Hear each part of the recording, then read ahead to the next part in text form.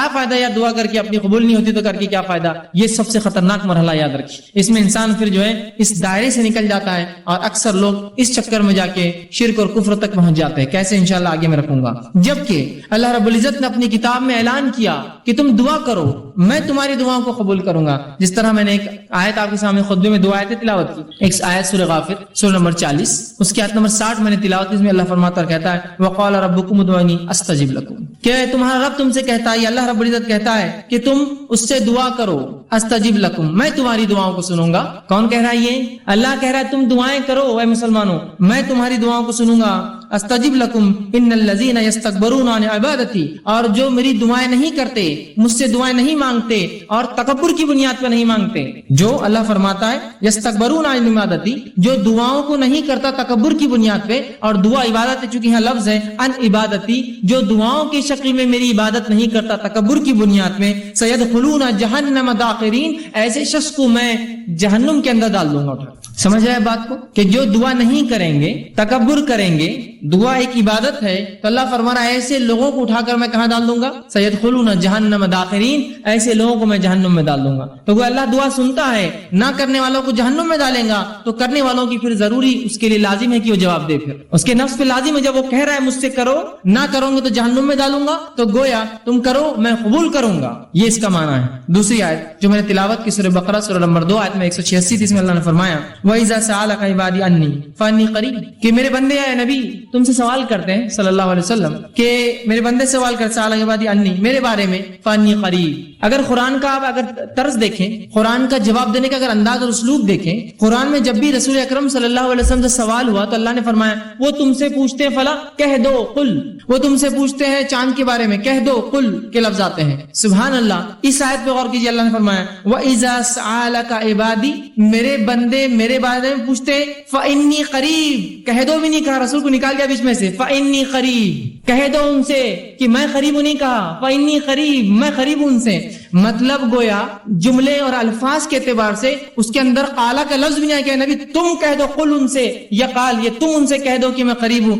رسول اکرم صلی اللہ علیہ وسلم کو بھی وہاں سے نکال کر انی قریب سیدھا جواب دیا گیا. حالانکہ سورہ بقرہ اٹھائیے سوالات کا ایک سلسلہ ہے. سورہ بقرہ میں ہر سوال کے بعد آتا ہے کہ آپ سے سوال کرتے قل ان سے جواب کہہ دو قل ان سے کہہ دو قل ان سے کہہ دو کہ اس کا معنی یہ. یہاں جب سوال ہوا کہ میرے بندے پوچھتے میرے بارے میں تو رسول اللہ صلی اللہ علیہ وسلم کو قل بھی نہیں کہا نکال دیا فانی قریب سیدھا اتنا قریب ہوں کہ مجھے یہ بھی کہنے کی ضرورت نہیں ہے نبی آپ کہہ دو میں قریب ہوں. تو کہا وَإِذَا سَأَلَكَ عِبَادِي عَنِّي فَإِنِّي قَرِيبٌ جب میرے بندے پوچھتے ہیں میرے بارے میں نبی آپ سے کہہ دو کہ میں ان سے قریب ہوں. اُجِيبُ الدَّعْوَةَ الدَّاعِيَ إِذَا دَعَانِ اور جو بھی مجھ سے دعا کرتے ہیں میں ان کی دعاؤں کو قبول کرتا ہوں ان کی دعاؤں کا جواب دیتا ہوں. اور فرمایا فَلْيَسْتَجِيبُوا لِي تو انہیں چاہیے وہ صرف میرے سے ہی دعا کریں مجھے سے ہی مانگے.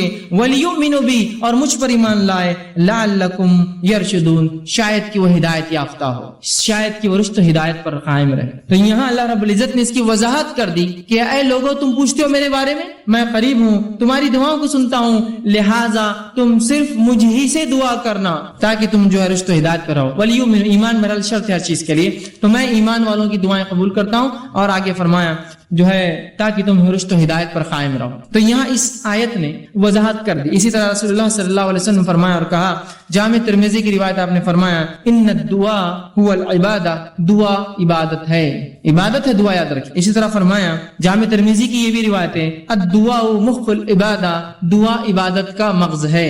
یہ عبادت کا مغز ہے. نماز دعا حج دعا یہ مغز ہے. دیکھیے ہر کسی چیز کے بعد دعا ہے نا. حج کے ارکان کر رہے دعا کر رہے اس میں مغز ہے نا اس کا. تو دعا عبادت کا مغز ہے. یہ اتنی اہم چیز ہے اس کو امت جو ہے غور کرے اور اس چیز کو سمجھے. اسی طرح اب جب میں نے یہ کہا اللہ کہتا ہے دعائیں کرو اور اللہ دعائیں قبول کرتا ہے تو اللہ رب العزت دعاؤں کو کیسے قبول کرتا ہے اس کا کیا طریقہ ہے. آئیے اس سے پہلے ایک حدیث دیکھتے ہیں جو دعاؤں کی قبولیت کے تعلق سے کہ اس کی مختصر صورتیں کیا ہوتی ہیں. جب میں نے کہا اللہ دعائیں قبول کرتا ہے تو اللہ دعاؤں کو کیسے قبول کرتا ہے اس کا طریقہ کیا ہے. کیا جو میں مانگوں وہ کر دیتا ہے؟ طریقہ کیا ہے آئیے سنیے.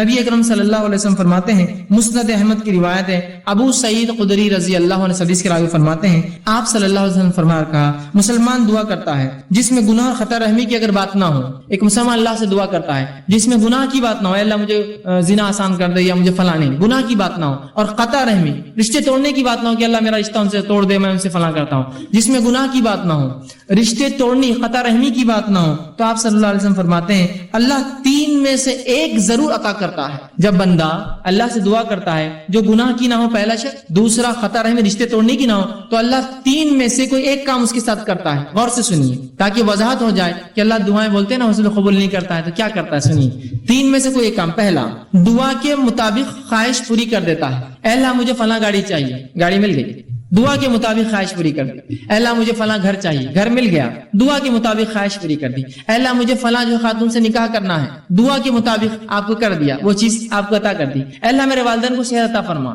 دعا کے مطابق صحت عطا ہو گئی. تو جو مانگتا ہے مل جاتا ہے, پہلی شکل. دوسری صورت دعا قبول ہونے کی, سنیے آپ فرماتے ہیں دعا کو آخرت کے لیے اٹھا کے ذخیرہ بنا دیتا ہے. دعا کو اللہ لے لیتا ہے اور اٹھا کر آخرت میں ذخیرہ بنا دیتا ہے. اینڈ ٹائمز کا سٹاک, مرنے کے بعد کی زندگی کے لیے ایک سٹاک بنا کے رکھ دیتا ہے, آخرت کا ذخیرہ بنا دیتا ہے. اور تیسرا فرماتے ہیں دعا کے برابر مصیبت کو ٹال دیتا ہے.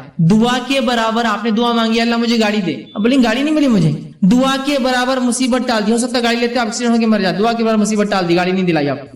دعا کے برابر مصیبت ٹال دی تو آپ کی دعائیں اللہ نہیں قبول کر کے در حقیقت قبول کر رہا ہے, وہ اس کا بدلہ دے رہا ہے آپ کو. مطلب مجھے لگ رہا ہے کہ یہ چیز میرے لیے اچھی ہے, پتہ چلا اس میں تو میرے لیے شر تھا, اللہ نے بچا لیا, بعد میں الحمدللہ میں بچ گیا, ورنہ وہ چیز لے کے پھنس جاتا ہوں. سمجھے آپ؟ تو نہیں قبول کر کے قبول کرتا ہے آپ کی دعا. وہ 3 شکلیں. پہلی ہو بہو جو مانگا عطا ہوا. دوسری شکل آخرت کے لیے توشہ, ذخیرہ بنا کے اعمال میں رکھ دیا. تیسری شخص دعا کے برابر مصیبت ٹال دی جاتی ہے. صحابہ نے کہا اللہ کے رسول تب تو ہم کثرت سے دعائیں کریں گے, مطلب دعا میں نقصان کچھ ہے نہیں, صرف فائدہ ہے, تب تو ہم کثرت سے دعائیں کریں گے. تو آپ صلی اللہ علیہ وسلم فرمایا اللہ کے پاس بہت خیر ہے, تم جتنی چاہو کرو, اس کے خزانے بہت زیادہ ہے, کم نہیں ہونے والے, کرتے رہ جاؤ. اور ایک دوسری روایت میں آپ نے فرمایا ایک بندہ اللہ کے پاس جائے گا, اس کا حساب کتاب ہوگا, وہ کہیں گے اللہ میں نے یہ اور یہ عمل تو کبھی زندگی میں نہیں کیے تھے, مطلب کچھ ایسے عمل اس کے نام عمل میں ہوں گے جو اس نے کیے نہ ہوں. وہ کہیں گے اللہ یہ کیا ہے, تو اللہ کہیں گا یہ وہ تیری دعائیں تھی جو میں نے قبول نہیں کی تھی جب تو نے مانگی تھی دنیا میں. تو وہ بندہ کہیں گا کاش کہ میری اللہ کوئی دعا قبول نہ کرتا, اس لیے کہ اتنا اجر ملے گا نہیں قبول ہونے والی دعاؤں کا جسی کو امتحان. تو کہیں گا کاش ہے اللہ تو میری ایک بھی دعا قبول نہ کرتا دنیا میں, آج اس کا اجر ملتا. تو کیا ہوتا, اس اجر بڑھنے سے, نام اعمال نے وزن نیکیوں کا بڑھنے سے اس کے مقامات بلند ہوتے تھے جنت. تو کہیں کاش ایک بھی دعا اللہ دنیا میں قبول نہ کیا ہوتا تو نے میری. تو 3 میں سے ایک ملتا ہے, یاد رکھیے. اب کوئی دعائیں نہ چھوڑے, اللہ سے ناراض نہ ہو, اللہ سے رسوائی کا اظہار نہ کرے اللہ میری نہیں سنتا ہے, وہ سن رہا ہے آپ کی, آپ کو 3 میں سے ایک دے رہا ہے. دعا کے بدلے دعا جو مانگا وہ دے رہا ہے, یا اس کے بدلے آخرت کے لیے اٹھا کے رکھ رہا ہے, یا اس کے بدلے آپ کو اور مجھے اس کے برابر مصیبت کو ٹال دے رہا ہے, مصیبت کو ٹال دے رہا ہے. اور کیوں نہ ہو, ہم لوگوں کے لیے کچھ چیزیں ایسی ہوتی ہیں ہم ظاہر کو دیکھتے ہیں نا, اللہ جو ہے باطن کا جاننے والا ہے, وہ زیادہ بہتر جانتا کیا اچھا اور کیا نہیں. میں دعائیں مانگ رہا ہوں, اور اللہ نے قرآن میں فرمایا سورہ بقرہ میں, انسان کبھی کبھار اپنے لیے دعاؤں کی شکل میں بد دعائیں مانگتا ہے, دعائیں نہیں ہوتی بد دعائیں مانگتا ہے. وہ قسم سے اللہ اس کو نہ قبول کر کے رحم کرتا ہے ہم پر. مجھے علم نہیں کسی چیز کا, میں دعا کر رہا ہوں اللہ یہ چیز ہی مجھے چاہیے, دعا یوں کرنا چاہیے اللہ اس میں خیر ہو تو مجھے دے دے, نہیں یہ چیز ہی مجھے چاہیے. اللہ نے کہا ٹھیک ہے لے لے. آپ نے وہ چیز لی, اس کے بعد اس کا بھاؤ ختم ہو گیا, وہ چیز بیکار ہو گئی, وہ تو ناقص تھی, اس سے فلاں مسائل تھے, آپ کہیں گے میں نے کیا کر دیا, خیر کی نہیں کیا آپ نے, بس اپیل تھی کہ وہی چاہیے, دے دیا اللہ, خیر کی نہیں مانگی آپ نے. سمجھ رہے؟ تو کبھی کبھار دعاؤں کی شکل میں بد دعائیں مانگتے اللہ سے, سمجھے؟ تو اللہ سے دعا کرنے کا حکم ہے, اس چیز کو سمجھے دعا کیا ہے, یہ بڑی اہم چیز ہے. اور 3 میں سے کوئی ایک شکل میں انشاءاللہ العزیز ہماری دعا قبول ہوتی ہے, اور آخرت میں اگر اس کا بدلہ ملے تو انسان کہیں گا دنیا میں کاش قبول نہ ہوتی تو بڑا اچھا ہو جاتا, اس لیے آخرت میں بہت کثیر اس کا بدلہ ملے گا. ٹھیک ہے, اسی طرح اب جو میں نے کہا دعائیں قبول ہونے کی 3 صورتیں ہیں, 3 صورتیں ہیں, اس میں سے جو 3 صورتیں ہیں اس میں سے جو ایک صورت اللہ ہو دعا کو قبول کرتا ہے, اس جو سٹیپ جو پہلا قبول جو اللہ ہو کرتا ہے, اس کے پھر 2 طریقے اللہ کے قبول کرنے کے. اللہ ہر دعا قبول کرتا ہے, دعائیں 3 شکل میں قبول ہوتی ہیں, ہو آخرت میں بدلا, اس کے برابر مصیبت ٹالتا ہے. تو جو پہلی شکل اللہ قبول کرتا ہے, اس قبول کرنے کی پھر 2 شکلیں ہیں, اس قبول کرنے کی 2 شکلیں, وہ کیا ہے؟ پہلی شکل یہ ہے دعا مانگی تبھی قبول ہو گئی, آج میں نے دعا کی کل نتیجہ آ گیا, آج میں نے دعا کی پرسوں نتیجہ آ گیا, آج میں نے دعا کی 1 مہینہ بعد رزلٹ تھا میرا اور وہی آیا جو میں چاہتا تھا. تو یہ ہوا فوراً حال میں, مطلب بالکل آپ دیکھ سکتے ہیں اس کی دعا فوراً قبول ہو گئی آپ کی. اور کبھی اس دعا کو اللہ بعد میں قبول کرتا ہے, بہت لمبے عرصے کے بعد. کتنا عرصہ ہم نہیں جانتے, بہت دن بعد کرتا ہے. لیکن تو جو پہلی شکل ہے, پھر اس کے 2 ٹائپس ہوتے ہیں, پہلا فوراً, دوسرا تھوڑا وقت کے بعد. آئیے اس کی مثالیں ہم دیکھتے ہیں, جس میں دعا جو فوری قبول ہو جاتی ہے اس کی ایک مثال ہے. صحیح بخاری کی روایت ہے, آپ صلی اللہ علیہ وسلم فرماتے ہیں 3 لوگ تھے بنی اسرائیل سے, اور وہ جنگل میں تھے, زوردار بارش ہونے لگی, تینوں نے گفا میں پناہ لے لی. اچانک اوپر سے ایک پتھر گرا اور گفا کے منہ پہ آ کے لگ گیا, گفا بند ہو گئی. تینوں نے کہا اپنے اپنے نیکی کا وسیلہ تلاش کرو اور اللہ کے سامنے ایسی نیکی بیان کرو جو نیکی خالص اللہ کے لیے کی ہوں گی, تاکہ یہ مصیبت ٹل جائے. پہلے نے کہا اللہ میں نے اپنے والدین کے لیے جو ہے بکریاں چرا کر آیا تھا, والدین سو گئے, میں روز پہلے ان کو دودھ پلاتا. اس دن میرے والدین سو گئے تھے, بچے حالانکہ میرے بھوک سے تڑپ رہے تھے, میں نے پھر بھی بچوں کو جو ہے دودھ نہیں دیا, پہلے والدین کے اٹھنے کا انتظار کیا, انہوں نے پیا, پھر میں نے بچوں کو دیا. یہ میں نے تیرے لیے کیا تھا, اگر تجھے یہ چیز پسند ہے تو جو ہے اس کو جو ہے تو تھوڑا اس مصیبت کو ہٹا دے. پتھر تھوڑا کھسک گیا, روشنی اندر آنے لگی, فوراً اثر ہوا دعا کا, فوراً انسٹنٹ دعا ہوئی, اثر ہوا, پتھر تھوڑا کھسک گیا. پھر دوسرے شخص نے دعا کی, اور تیسرا بہرحال تفصیلی ہے واقعہ بہت لمبا. تینوں نے دعا کی, ایک کی دعا پہ تھوڑا کھلا روشنی, دوسرے کی دعا پہ اتنا کھلا کہ باہر دیکھ سکتے لیکن نکل نہیں سکتے, تیسرے کی دعا پہ وہ رول کر کے بازو ہٹ گیا اور تینوں باہر نکل گئے. جبھی اللہ نے جواب دیا ان کی دعا کا. یہ ایک شکل ہے. اب دوسری شکل جو اللہ بعد میں جواب دیتا ہے, جو بعید ہوتا ہے, عرصے بعد دیتا ہے, تو آئیے اس کی مثال قرآن نے دی. ابراہیم علیہ الصلوۃ والسلام نے اللہ سے دعا کی, سورہ بقرہ سورہ نمبر 2 آیت نمبر 129, اور فرمایا ربنا وابعث فیہم رسولا منہم یتلو علیہم آیاتک ویعلمہم الکتاب والحکمۃ ویزکیہم. اے اللہ ان لوگوں میں سے, انہی میں سے ایک رسول پیدا کر. اے اللہ ان لوگوں میں سے. دعا کب کیا آپ نے معلوم آپ کو؟ جب اسماعیل علیہ السلام اور ہاجرہ علیہ السلام کو لا کر مکے میں چھوڑ دیا. مکے میں چھوڑنے کے بعد جب آئے تو ایک دعا کر رہے ہیں. کیا دعا کر رہے ہیں؟ اے اللہ میری اس اولاد سے, اسماعیل سے, اس کی نسل سے, ان لوگوں میں سے جو ہے اللہ فرمایا ربنا وابعث فیہم رسولا منہم, انہی کے اندر سے ایک رسول انہی میں سے بھیج, یتلو علیہم آیاتک, جو تیری آیتیں پڑھ پڑھ کر انہیں سنائے, ویعلمہم الکتاب, اور تیری کتاب کا علم انہیں دے, والحکمہ, اور ان کو نبوی علم حدیث کا علم حکمت عطا فرمائے, ویزکیہم, اور ان کی نفسوں گناہوں سے پاک کرے. اور یہ دعا کا نتیجہ کون تھے معلوم آپ کو؟ یہ دعا کب قبول ہوئی؟ نبی اکرم صلی اللہ علیہ وسلم اس دعا کا نتیجہ تھے. آپ نے حدیث میں اس کی تفسیر کی اور فرمایا, آپ نے فرمایا میں اپنے باپ ابراہیم کی دعا کا نتیجہ ہوں. کتنے ہزار سال پہلے کی تھی ابراہیم علیہ السلام نے دعا؟ قبول کب ہوئی؟ وہ انہی میں سے رسول آیا. آخری نبی عرب تھے, اسماعیل علیہ السلام کی نسل تھے, لیکن ہزاروں سال بعد دعائیں رائے گا نہیں جاتی ہے, اثر لاتی ہی اثر ہو, فوراً یا بعد میں. اور بعد کی فوراً کی مثال بھی میں رکھ دی, بعد کی مثال بھی رکھ دی آپ کے سامنے. تو اللہ کے رسول ابراہیم علیہ السلام کی دعا قبول ہوئی. ہر دعا قبول ہوتی ہے, میری آپ کی بھی ہوتی ہے, لیکن فوراً نہیں ہوئی. کئی ہزار سال بعد اسی نسل میں اسماعیل علیہ السلام سے ایک نبی آئے. دعائیں خوب دیجیے, خوب دعائیں دیجیے. یہ دعائیں پتہ نہیں کب اثر لائیں, کتنے نسلوں بعد لائیں گی. ابراہیم علیہ السلام کی دعا ہزاروں سال بعد رنگ لائی, 3000 ساڑھے 3 4000 سال بعد. دعائیں کرنا چاہیے, اس کے بڑے فضائل یاد رکھیے. تو 3 شکلوں میں سے پہلی شکل کی 2 قسمیں ہیں کہ فوراً اور دیر سے. لیکن یاد رکھیے اللہ رب العزت دعا قبول کرتا ہی ہے. دعا کبھی رائے گا نہیں جاتی. کبھی اپنی دعاؤں سے مایوس مت ہوئیے کہ میں نے دعا کی اور قبول نہ ہوئی. اسی طرح جو شخص جو ہے حاجت طلبی کے جو ہے ذریعہ دعاؤں کو سمجھتا ہے, اور جب حاجت اس کی پوری ہوگی سمجھتا ہے دعا غنیمت ہے, وہ شخص ایسا سوچ کر جو ہے بہت بڑی غلط فہمی کرتا ہے, اور اس کی وجہ سے بہت سارے غلط اس کے نتائج نکل جاتے ہیں. اور ایسا شخص جو یہ سمجھتا ہے کہ دعا ایک ایسی چیز ہے کہ اسے کرنے سے میری حاجت پوری ہوں گی, اور بعد میں عام حالت میں دعا نہیں کرتا, اس شخص کی مثال ایسی ہے کہ ایک آدمی جہاد کے لیے جائے اور اس کی نیت ہو مال غنیمت ملے مجھے. تو کیا ایسے شخص کو جہاد کا ثواب ملتا ہے جو جہاد کی نیت جا رہی ہے, سوچے مال غنیمت کے لیے جائیں گے اپنے جہاد میں, چلو بہت پیسہ ملتا ہے جتنے بار فلاں ہوتا. اور وہ شخص جو دعا کو عبادت سمجھ کے کرتا ہے, اس کی مثال ایسی ہے, وہ مجاہد جو میدان جہاد میں جاتا ہے, وہ سوچتا ہے یا تو پھر اللہ فتح دیں گا, یا تو جو ہے شہید ہو جائیں گے, جیت گئے تو مال غنیمت بھی شاید مل جائے گا. اس کی نیت اصل نہیں ہے, اس کا اصل مقصد عبادت ہے, وہ جہاد, اس کے اندر اس کو کیا ذیلی فائدے ملیں گے اس کے لیے وہ اہم نہیں ہے. تو ہم بھی جب دعا کر رہے ہیں تو ایسا نہ ہو کہ ہم صرف اس کے مقصد کے لیے کہ بس اللہ میرا مصیبت حل کر دے, بس دعا کر رہے اس کی بات نہیں, بلکہ دعا مستقل عبادت ہے, چاہے فائدہ ہو چاہے فائدہ نہ ہو. جیسے وہ مجاہد جو جہاد میں جا رہا ہے سوچ رہا مال غنیمت ملے تو میں جاؤں گا تو اس کا جہاد فائدہ کا نہیں. وہ مجاہد جو سوچ رہا ہے مال غنیمت نہ ملے فتح ملیں گی, فتح نہ ملے تو کم از کم شہید تو ہو جائیں گے, فائدہ تو ہر طرف. سمجھ رہے؟ تو دعا کو بھی آپ مخصوص نہ کر دے, مصیبت میں تو دعا کرو. دعا تو مصیبت, تنگ دستی, خوشحالی, فراوانی اور ہر اعتبار سے, صحت مندی میں اور بیماری میں اور ہر حالت سے امن میں اور خوف میں, ہر جگہ جو ہمیں دعا کرنی چاہیے. اسی طرح دعا ایک بہترین ہدیہ ہے, یاد رکھیں. دعا ایک بہترین تحفہ ہے جو ایک دوسرے کو ہم دے سکتے ہیں. لیکن ہمارے پاس ایک غلط فہمی. کیا غلط فہمی ہے؟ دعا صرف بوڑھے لوگ دیتے ہیں. تو اگر میں آپ سے کہوں اللہ آپ کو جو اچھا رکھے, اور کتنے بڈھے ہو گئے فیض, اللہ آپ کو اچھا رکھے, ارے فیض بھی آپ اتنے بڈھے نہیں نا, دعائیں دے رہے ابھی سے. تو ہم یہ سمجھتے ہیں دعا صرف بوڑھے لوگ دے سکتے ہیں, اور الحمدللہ اس امت میں سب جوان مرتے ہیں, بوڑھا کوئی ہوتا ہی نہیں ہے نا. دیکھیے کہاں کوئی بوڑھا ہوتا ہے. انسان کی 60 سال 70 سال زندگی گزر لیکن کالا کر کے گھوم رہا ہے, ٹی شرٹ, صاف ٹی شرٹس, اور اپنا دکھاتے ہوئے بالکل کالے بال ہے, بتانا چاہ رہا ہے ابھی تو میں جوان ہوں بھائی, کہاں میرے چکر میں جا رہے تھے. جوان بوڑھا مت سمجھو مجھے, بچے ہیں میرے بڑے لیکن پھر بھی میں جوان ہوں, ہے نا. تو بوڑھے کہاں ہوتے ہیں؟ اور دعا چونکہ بوڑھے لوگ دیتے ہیں تو ہمارے پاس تو کوئی بوڑھا ہوتا ہی نہیں, ہے نا. اور مرد تو بھی ایک دوسرے کو دعا دیتے ہیں, عورتیں تو کبھی دعا دیتی ہی نہیں ایک دوسرے کو.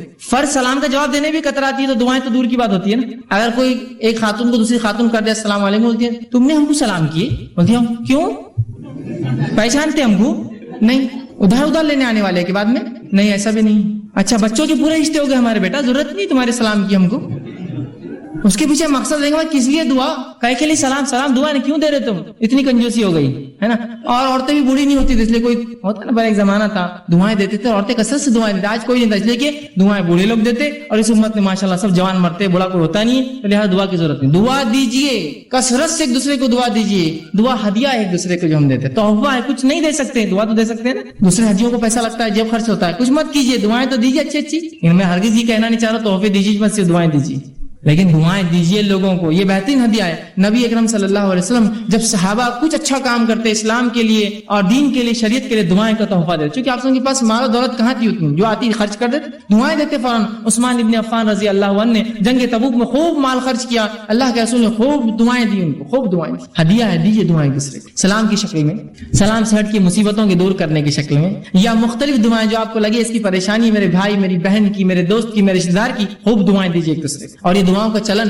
بالخصوص ہم دیکھتے ہیں ہند پاک میں, بر صغیر میں بہت کم ہے, چونکہ ہمارا تصور کچھ اور ہی ہے. ایک غلط فہمی کی بنیاد پر ہم دعا نہیں دے سکتے, تو میری دعا کہاں اللہ سنتا, میری کہاں قبول ہونے والی, دعاؤں کا معاملہ نہیں. لیکن آپ جائیں گے اگر اہل عرب کو آپ دیکھیں گے تو ماشاءاللہ ان میں آج بھی دعاؤں کا بڑا سلسلہ ہوتا ہے. کوئی بھی عرب سے آپ ملیے اتنی دعائیں دیں گے آپ کو, کیسے ہے, گھر کے حال کیا ہے, اللہ اچھا رکھے, اللہ برکت دے, اللہ تیرے مال میں برکت دے, بچوں میں برکت دے, خوب چلتی. اس کی 5 منٹ دعائیں چلتے رہتی ہیں. پھر جاتے وقت 5 منٹ دعائیں, 2 منٹ کی اصل بات تھی, میں کام سے آیا تھا, 5 منٹ دعائیں پہلے, 5 منٹ بعد دعائیں چلتے رہتی ہے. اس کی جانے جانے تک دعا کرتے رہیں گا اس کو, اللہ اچھا رکھے, فی امان اللہ, دعائیں کرتے رہیں. دعاؤں کو رکھیے, اس کو چلن معمول بنا دیجیے, اپنی زبانوں کو تر رکھیے دعاؤں سے ایک دوسرے کے لیے. کچھ نہیں تو کم از کم لفظی تو کنجوسی مت کیجیے. ایک دوسرے کو خالی دعائیں دینے میں کیا جاتا ہے, دعاؤں کو خوب یاد کیجیے, ایک دوسرے کو خوب دعائیں دیجیے. عربی نہیں آتی ہے کوئی مسئلہ نہیں, اردو میں بولیے, کوئی عربی میں ہی کرنا شرط نہیں ہے. دعا جو سنت سے ثابت دعائیں اس کو عربی میں ہی کرنا, اس کا اصل ثواب تو تبھی ہے. لیکن نہ یاد ہو تو کم از کم اردو میں تو بول سکتے ہیں نا, اللہ اچھا رکھے, خوش رکھے, برکت دے, یہ تو اتنا تو بول سکتے ہیں نا. نہیں, دعا دینے میں بہت شرم آتی. کیوں گالیں دینے میں شرم نہیں آتی تم کو کبھی؟ صرف دعا میں شرم, تم کو پورے دینی کام میں شرم اور حیا اور سب آتی ہے. نماز پڑھو تو شرم آ رہی, دعا دو تو شرم آ رہی, یہ کرو تو شرم آ رہی, اذان دو تو شرم آ رہی. باقی سب ننگے دھڑنگے کاموں میں ہم کو شرم نہیں. کھل کر ڈٹ کر سڑک پہ کھڑ رہ کے پچکاریاں مار رہا, اس کو شرم نہیں آیا. کیا دعا نہیں, بہت شرم آتی. دعا اچھا نہیں دکھتا ہے, اتنے بڑے لوگ دعا دینا. یہاں پچکارے مارنے کی شرم نہیں آتی تم کو. تو جہاں شریعت ہے وہاں شرم اور حیا لالی, اور جہاں شرم و حیا ہونا تھا کہ سڑک پہ کھڑے کہ شرم کرو, تھوک رہے ہو تم سڑک پہ, ویسے سڑک پہ تھوکنا بھی درست نہیں, بیچ میں بازو جانا چاہیے, اور اس پر ایک گندی چیز کھا کے تھوکتے ہو جسے دھبے لگتے ہیں عمارتوں پر, زمین خراب ہوتی ہے. اب ہمیشہ کہتا ہوں امت ہوتا ہے نا, امت مسلمہ کیا کہ نوجوان کچھ جمع ہو جائے, کچھ افراد جمع ہو جائے, اور جب وہاں سے چلے جائے تو آپ پہچان سکتے ہیں یہ مسلمان نوجوان جمع ہوئے ہوں گے وہ پچکاریوں کے دھبوں سے. جانور کا ریوڑا اگر رات میں کہیں رکے اور نکل جائے تو اس کی غلاظت سے پہچانتے نا یہاں جانور رات میں رکے تھے, تو ویسا آپ پہچان لیں مسلمان برابر آئے تھے, برابر دکھ رہا ہے, پوری میری دیوار خراب ہو گئی, گاڑیوں پہ پچکاریاں پڑی ہوئی ہے, فلاں چیز بھی انہوں نے خراب کر دی, اندازہ لگائی. تو شرم کیجیے برے چیزوں میں, اچھی چیزوں میں آگے بڑھیے, پہل کیجیے دعائیں دینے میں. تو دعائیں کوئی بوڑھے اور جوان کا مسئلہ نہیں ہے, مرد اور عورت کا مسئلہ نہیں ہے, دن اور رات کا مسئلہ نہیں ہے, عرب اور عجم کا مسئلہ نہیں ہے, عربی اور غیر عربی کا مسئلہ نہیں ہے. خوب دعائیں دیجیے ایک دوسرے کو, دعائیں تحفہ ہے, ہدیہ ہے ایک دوسرے کو. ٹھیک اسی طرح دعا مومن کا زبردست ہتھیار ہے. جو آج کا میرا عنوان تھا دعا مومن کا ہتھیار.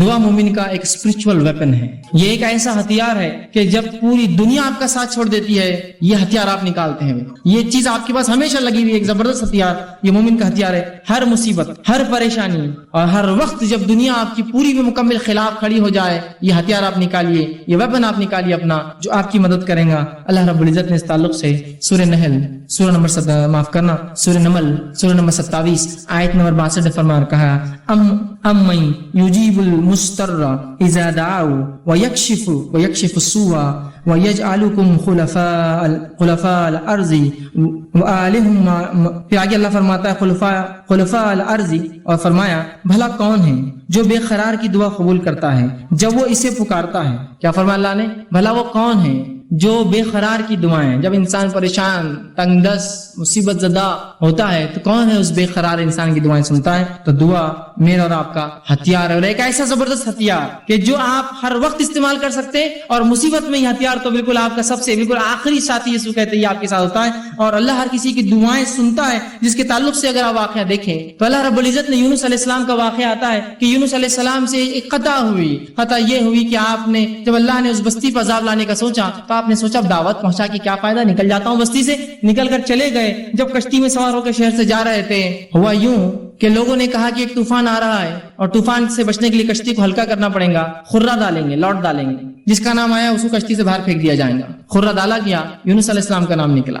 یونس علیہ السلام کا نام نکلا, لوگوں نے اٹھا کر کشتی سے پھینک دیا. جو ہی آپ کشتی سے گرے ایک بڑی مچھلی نکل کر آئی اور یونس علیہ السلام کو نگل لیا.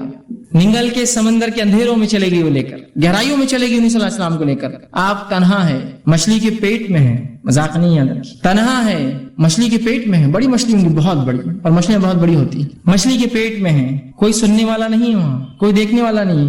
اس اندھیرے سے یونس نے آواز دی اپنے رب کو اور کہا. اللہ پر رب العزت نے اس بات کو اپنی کتاب میں سورہ انبیاء سورہ نمبر 21 آیت میں 87 اور 88 فرما کہا فنادى في ظلمات ان لا الہ الا انت سبحانک انی کنت من الظالمین. یونس نے اس اندھیرے سے اپنے رب کو آواز دی ظلمات سے کہ لا الہ الا انت سبحانک, اے اللہ تیرے علاوہ کوئی ذات نہیں ہے, عبادت کے لائق تیرے علاوہ کوئی الہ نہیں, انی کنت من الظالمین, میں گناہگار تھا. تو اللہ رب العزت نے یونس کی اس ظلمات سے آواز کو سنا اور نکال دیا یونس کو ظلمات سے باہر. تو اللہ رب العزت سب کی سنتا ہے, مانگنا تو آئے. یونس علیہ السلام نے اس گہرائی سے, سمندر کے اس گہرائی اور ظلمات سے آواز دی اپنے رب کو. اللہ نے فرمایا فنادى في ظلمات ان لا الہ الا انت سبحانک انی کنت من الظالمین. اس نے آواز دی اور اس اندھیرے سے کہا اے اللہ تیرے علاوہ کوئی الہ نہیں, تیرے علاوہ لائق معبود کوئی عبادت کے لائق نہیں, سبحانک تیری ذات پاک ہے, انی کنت من الظالمین, وہ میں تھا جس نے اپنے نفس پہ خطا کی, وہ میں تھا جس نے ظلم کیا اور تیرے حکم کی خلاف ورزی کی. اللہ رب العزت نے سنی اور کہا فاستجبنا له, اور تیرے رب نے اس کی دعا کو وہاں سنا. اس اندھیرے میں جب کوئی نہیں تھا, سمندر کی گہرائی میں سنا. فاستجبنا له ونجيناه من الغم, اور اس کو اس کے غم سے نکال دیا. وكذلك ننجي المؤمنين, ہم ایسی ہی نجات دیتے اپنے ایمان والے بندوں. سمجھ رہے ہیں بات؟ ابراہیم علیہ السلام لا اولاد, اولاد نہیں ہے آپ کو, نہ لڑکا ہے نہ لڑکی ہے. سوچتے ہی مشن کون لے کے چلیں گا, میرے بعد کوئی لڑکا اور میرا جو مشن لے کر چلے. اللہ سے دعا کی, اللہ نے قبول کی. انبیاء علیہ الصلوۃ والسلام آہو بکا کر رہے ہیں, گڑ گڑا رہے ہیں, دعائیں مانگ رہے ہیں. پھر کیوں اس امت کو شرم آتی ہے رب سے دعا مانگنے کے لیے؟ ابراہیم علیہ السلام نے دعا کی, ایوب علیہ السلام نے دعا کی اپنی بیماری کے لیے. اسی طرح جو زکریا علیہ السلام نے اپنی اولاد کے لیے دعا کی, جو یحییٰ علیہ السلام کی آپ کو خوشخبری دی گئی. یوسف علیہ السلام نے جب اس بری عورت نے جو آپ پہ قصد کیا کہ آپ کے ساتھ بدکاری کرے تو دعا کی اللہ مجھے وہ جیل زیادہ بہتر ہے بنسبت اس عمل کے. اللہ نے دعا قبول کی اور جیل میں ڈال دیا, اس لیے کہ ورنہ زنا کرنے کے اوپر تولی تھی. آپ نے کہا وہ جیل بہتر ہے اس زنا سے, اللہ نے جو آپ کو بچا لیا اور جیل میں ڈال دیا. اندازہ لگائیے ان لوگوں نے اللہ سے دعا کی. بس یہ ہے کہ ہمیں جو اللہ رب العزت سے مانگنا تو آئے. ایک واقعہ سناتا ہوں اللہ کیسے سنتا ہے لوگوں کی, اور لوگوں کی کیوں میں کہوں, اللہ رب العزت تو جانوروں کی بھی سنتا ہے. یاد رکھیے, صحیح مسلم کی روایت ہے, اللہ کے رسول صلی اللہ علیہ وسلم فرماتے ہیں اللہ کے نبی سلیمان علیہ الصلوۃ والسلام آپ کے دور میں قحط سالی ہو گئی, سوکھا پڑ گیا. جو ہے سلیمان علیہ السلام اپنے لشکر کو لے کر چلے, لاؤ لشکر جو ہے مسلمانوں کو لے کر چلے کہ بستی سے باہر نکل کر اللہ سے نماز استسقاء دعا. نماز استسقاء کیا ہے؟ دعا قسم کی عبادت کر کے دعا مانگتے ہیں. نماز استسقاء کے لیے نکلے, جب نکل کر چلے اپنے جو ہے بستی سے اور ایک جگہ سے گزرے جہاں چونٹیاں تھی, جب وہاں سے نکلے آگے چلے تو کہا اب جانے کی ضرورت نہیں ہے, ہمیں واپس جانا ہے. تو لوگوں نے کہا یونس معاف کرنا, اے سلیمان تم ہمیں نماز استسقاء کے لیے لے کر چلے تھے, کیا بات ہے, کیوں اب تم کہہ رہے ہو؟ تو کہا جب ہم وہاں سے چلے تھے ایک چونٹی الٹی اپنے پیٹھ کے بل لیٹی اور اس نے اپنے پورے پیر آسمان کی طرف کیے اور اللہ سے دعا کی بارش کی, اللہ نے اس کی دعا سن لی, اب ہمیں نماز استسقاء کی ضرورت نہیں. اس لیے کہ جو ہے سلیمان علیہ السلام جانوروں کی بات سمجھتے تھے, تو کہا اللہ نے اس کی دعا قبول کر لی, تو اللہ تو چونٹیوں کی قبول کرتا ہے, پھر تمہاری اور میری مومنوں کی کیوں نہیں سنیں گا؟ وہ چونٹی کو اللہ کی ولی نہیں تھی اور کوئی بزرگ نہیں تھی, جانور ہے وہ, اللہ اس کی بھی سنتا ہے. بس مانگنا تو ہے اپنے رب سے, رب سننے کے لیے ہی تو بیٹھا ہے اوپر, ورنہ اللہ نہ سنے گا تو کس سے مانگیں گے بندے؟ بتاؤ مجھے. اگر وہ ذاتی سننا بند کر دے جو سننے والی اور سمیع ہے تو میں کس سے پھر دعائیں مانگوں؟ اور جب لوگوں نے یہ سوچا کہ وہ ذات سنتی نہیں ہے تو پھر لگے انسانوں کے در پہ مانگنے کے لیے. آج جو سب سے افضل دعا, افضل عبادت دعائیں ہیں, کہاں مسلمان مانگتے ہیں, کن کن دروں پر مانگ رہے اللہ کو چھوڑ کر؟ ذرا غور کیجیے. یہ غلط فہمی ہے, اس کی بنیاد ہے کہ اللہ سنتا نہیں, ہماری سنتا نہیں, گنہگاروں کی سنتا نہیں, وہ تو صرف بزرگوں کی ولیوں کی سنتا ہے, اور ایسے فالتو قسم کے عقیدے. اور ان عقیدے کو میں فالتو لفظ کہنا بھی بہت فالتو سمجھتا ہوں, فالتو بولنا چاہیے ایسے عقیدوں کو, جن عقیدوں کا نہ سر ہے نہ کوئی ٹانگ ہے شریعت کے اندر. جس شریعت نے آپ کو سب کو اختیار دیا دعائیں کرنے کا, پتہ نہیں کس نے شریعت سے اس کے دعاؤں کا اختیار چھین کے کہا یہ تو ریزرویشن ہے ہمارے لیے, ہم کر سکتے ہیں دعا تمہارے لیے, ہم سے مانگو تو ہم پھر تم کو دیتے ہیں. ابھی اللہ تک کہاں جاتے ہو, ہم تک تو آ جاؤ, پھر اللہ تک جانا دعائیں مانگنے. اس قسم کی باتیں کہہ کر مجھے اور آپ کو ایک افضل عبادت سے آج کاٹ کر رکھ دیا. اسی طرح جو ہے دعا کے بارے میں جو غلط فہمی ایک بہت بڑی وہ یہ ہے, لوگوں میں جو پائی جاتی ہے وہ یہ ہے, اللہ صرف نیکوکاروں کی سنتا ہے, گناہگاروں کی نہیں سنتا ہے. اللہ صرف نیک لوگوں کی, بزرگوں کی, پیروں کی, فقیروں کی سنتا ہے, اور وہ جو ہے سب کی نہیں سنتا, گناہگاروں کی نہیں سنتا. اور ہم تو گناہگار ہیں, آپ تو گناہگار ہیں, ہم تھوڑی دعا کر سکتے ہیں اللہ سے. یہ یاد رکھیے ایک بدترین عقیدہ ہے شریعت میں, اس عقیدے کا کوئی جو اصول اور کوئی وزن نہیں ہے, یاد رکھیے. اور جب انسان یہ سوچ لیتا میری دعائیں تو میں نیک نہیں ہوں, اور ہر انسان گناہگار ہے, میں نیک نہیں ہوں تو اللہ میری دعا نہیں سنیں گا, لہٰذا کسی پیر, فقیر, بزرگ, ولی, اچھی شخصیت, نبی, کسی کو پکڑنا ہوگا اور ان کے ذریعے جانا ہوگا اس دعاؤں کے لیے. جب یہ عقیدہ لے لیتا ہے اور شریعت کا عقیدہ چھوڑ دیتا ہے تو وہ 3 کام کرنا شروع کر دیتا ہے. پہلا کام کیا کرتا ہے؟ بندہ اللہ سے اپنا تعلق ختم کر لیتا ہے اور پیروں اور فقیروں کا محتاج بن جاتا ہے. اللہ سے تعلق کٹ, اب یہی ذریعہ ہے ہماری دعاؤں کی قبولیت کی. دوسرا کام یہ کرتا ہے, بزرگوں کو خوش کرنے کے لیے, ان کو عاجز کرنے کے لیے, ان کو اپنی طرف متوجہ کرنے کے لیے نظریں اور نیاز اور کھانا اور پلانا, اور مرنے کے بعد جو ہے ان کے آستانوں کے اوپر چڑھاتا ہے کہ وہ خوش ہو جائے. زندگی اگر زندہ ہے تو خوب کھلاتے اور پلاتے ہیں. بزرگ کے ہاتھ بھی دھو کے پی رہے ہیں, افسوس اس امت کو عقل تو ہو, پیر دھو کر بھی پی رہے ہیں. سبحان اللہ, بزرگ ہے نا. اللہ تو اب سننے والا نہیں, پہلے عقیدہ بنا لیا ایک فالتو, میری زبان میں فالتو والا, اور اس کے بعد اب لگے ان کو خوش کرنے. اللہ سے تعلق ختم, ان کو خوش کر رہے, نظریں اور نیاز, زندہ ہے تو اور مردہ ہے تو. اور اس کے بعد تیسرا کام کرتے ہیں, جب یہ سوچ لیتے ہیں کہ اللہ نہیں سنتا ہماری, ہم گناہگار ہیں, تیسرا کام کرتے ہیں, دعا قبول ہونے کے لیے بزرگوں کو وہ مقام دے دیتے ہیں جو اللہ کا مقام ہے. نہیں, ان تک ہی جانا پڑے گا, ان کے بغیر دعا قبول نہیں ہوتی, اور انہی کو راستہ بنا لیتے, اللہ کو مکمل ترک کر دیتے ہیں. جبکہ اللہ رب العزت نے اس کا اعلان کیا, وقال ربکم ادعونی استجب لکم, جو میں نے آیت پڑھی تھی, تمہارا رب تم سے کہتا ہے, ہمارا رب ہم سے کہہ رہا ہے, اے لوگو کہ مجھ سے دعا مانگو, استجب لکم, میں تمہاری دعا کو قبول کرتا ہوں. ان الذین یستکبرون عن دعا, اور جو تکبر کرتے ہیں عبادتی, میری اس عبادت میں کی دعا نہیں کرتے تو میں انہیں اٹھا کر جہنم میں ڈال دوں گا. یہاں یہ کہا کیا, نیک لوگوں تم دعا کرو, تم دعا نہیں کروں گا تو اٹھا کے جہنم میں ڈال دوں گا. کیا کہا؟ سب کے لیے. وقال ربکم ادعونی استجب لکم, تم سب سے, رب نے ہم سب سے کہا اے لوگوں تم اپنے رب سے دعا کرو, وہ تمہاری دعاؤں کو قبول کرتا ہے, اور جو تکبر کی بنیاد پہ دعا چھوڑ دیں گا جہنم میں ڈال دیں گا.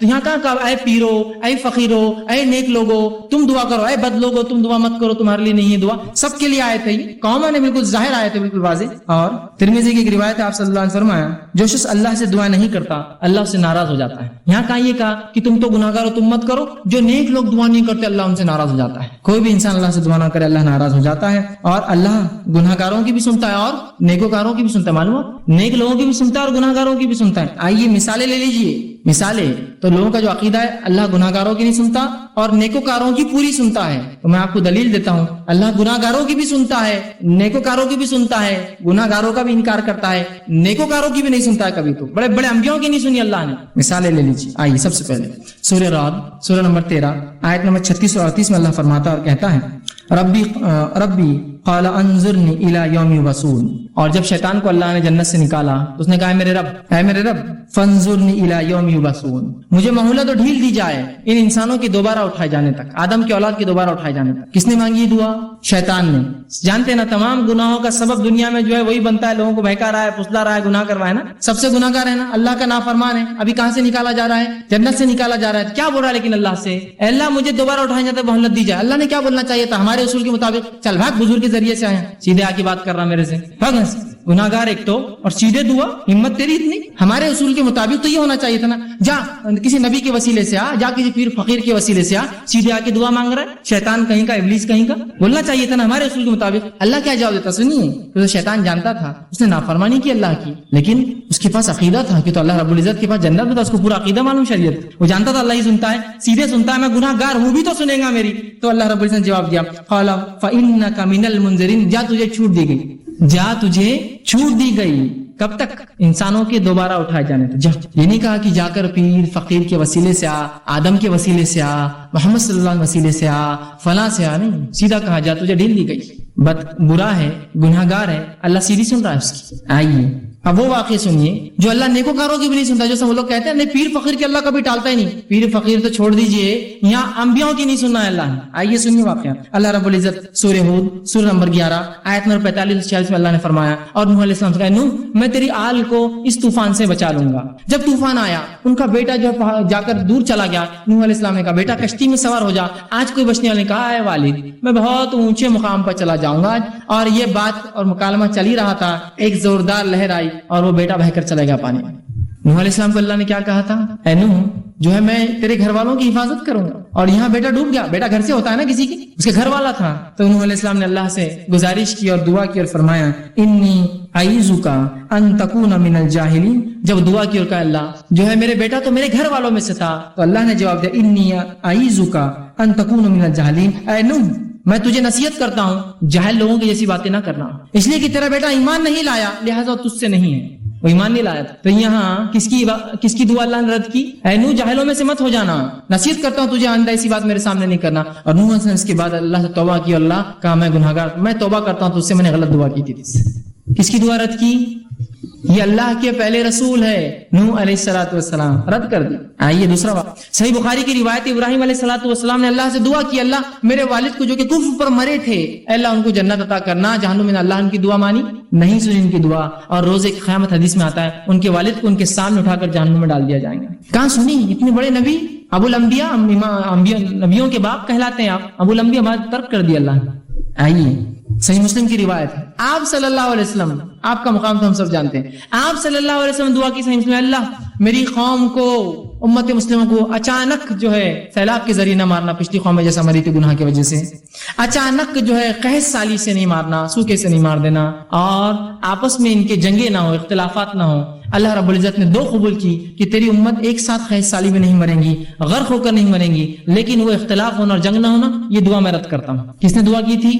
نبی اکرم صلی اللہ علیہ وسلم. اللہ نے کیا کیا؟ قبول کیا، رد کر دی دعا. تو اس سے پتا چلا اللہ ہر شخص کی دعا سنتا ہے، جس کی چاہتا ہے قبول کرتا ہے، جس کی چاہتا ہے رد کر دیتا ہے، پھر چاہے نیکوکار ہو چاہے گناہگار ہو. یعنی نیکوکار، اس سے بڑے نیکی اور کون کر سکتا ہے؟ نوح علیہ السلام پہلے رسول، ابراہیم علیہ السلام برگزیدہ رسول، اور محمد صلی اللہ علیہ وسلم آخری رسول. تینوں کے واقعات رکھ دیے میں نے. نہیں سنا، انکار کر دیا اللہ نے. تو یہ چھوڑ دیجئے کہ اللہ صرف ان کی اور ان کی سنتا، اللہ سب کی سنتا ہے. مانگی تو صحیح اس سے، مانگی تو صحیح اس سے، اور 3 طرح سے قبول کرتا ہے. سمجھ لیں نا، اس بات کو یاد رکھیں. ورنہ پھر میں نے تو مانگا قبول نہیں ہوئی. ارے عقل پکڑو، چیزوں کو سمجھو. دنیا کی چیزوں میں تو صبر کرتے ہو بڑا، نہیں صبر کو ابھی فلاں ہو جائیں گا. یہاں معاملہ اللہ کا ہی ہو تو صبر نہیں آتا ہے لوگوں کو، جبکہ وہ ذات دینے کو ہی بیٹھی. یاد رکھیے بہرحال تو ہر شخص کو اپنے لیے اللہ سے خود دعا مانگنا چاہیے، پہلی چیز. دوسرا، اللہ قبولیت دعا کے لیے اس کی اپنی مرضی ہوتی ہے کہ اللہ جس کی چاہتا ہے اپنی مرضی، مصلحت اور اپنے اختیار سے جب چاہتا ہے جیسے چاہتا ہے قبول کرتا ہے، اور جب چاہتا ہے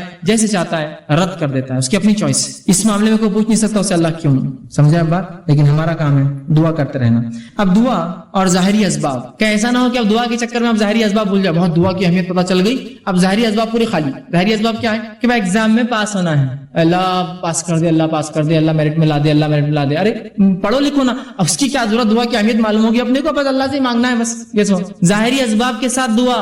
نبی اکرم صلی اللہ علیہ وسلم کے ایک شخص سے اور کہا اللہ کے رسول کیا میں اللہ پر بھروسہ کر کے اپنے اونٹنی کو کھلا چھوڑ کے مسجد میں نماز کو آ جاؤں؟ تو آپ صلی اللہ علیہ وسلم نہیں، پہلے اس کے گھٹنے کو باندھ پھر مسجد میں اللہ پہ توکل کر کے. ظاہری اسباب بھی ضروری ہے کہ آپ کوشش کے ساتھ دعائیں.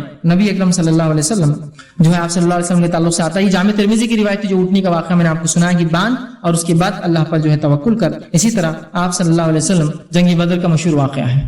جنگ بدر سے ایک رات پہلے نبی اکرم صلی اللہ علیہ وسلم بدر کے مقام پر پہنچے، اس پہاڑ کے پاس پہنچے، اس سے ادھر مسلمان ایک کنویں تھے وہاں کچھ، اور وہاں کھڑے تھے، اور 319 کی قریب تعداد میں جو مسلمان وہاں جمع تھے. اب یہ الگ بات ہے کہ مسلمان 313 مشہور ہے، 319 تھے صحابہ جو جمع ہوئے.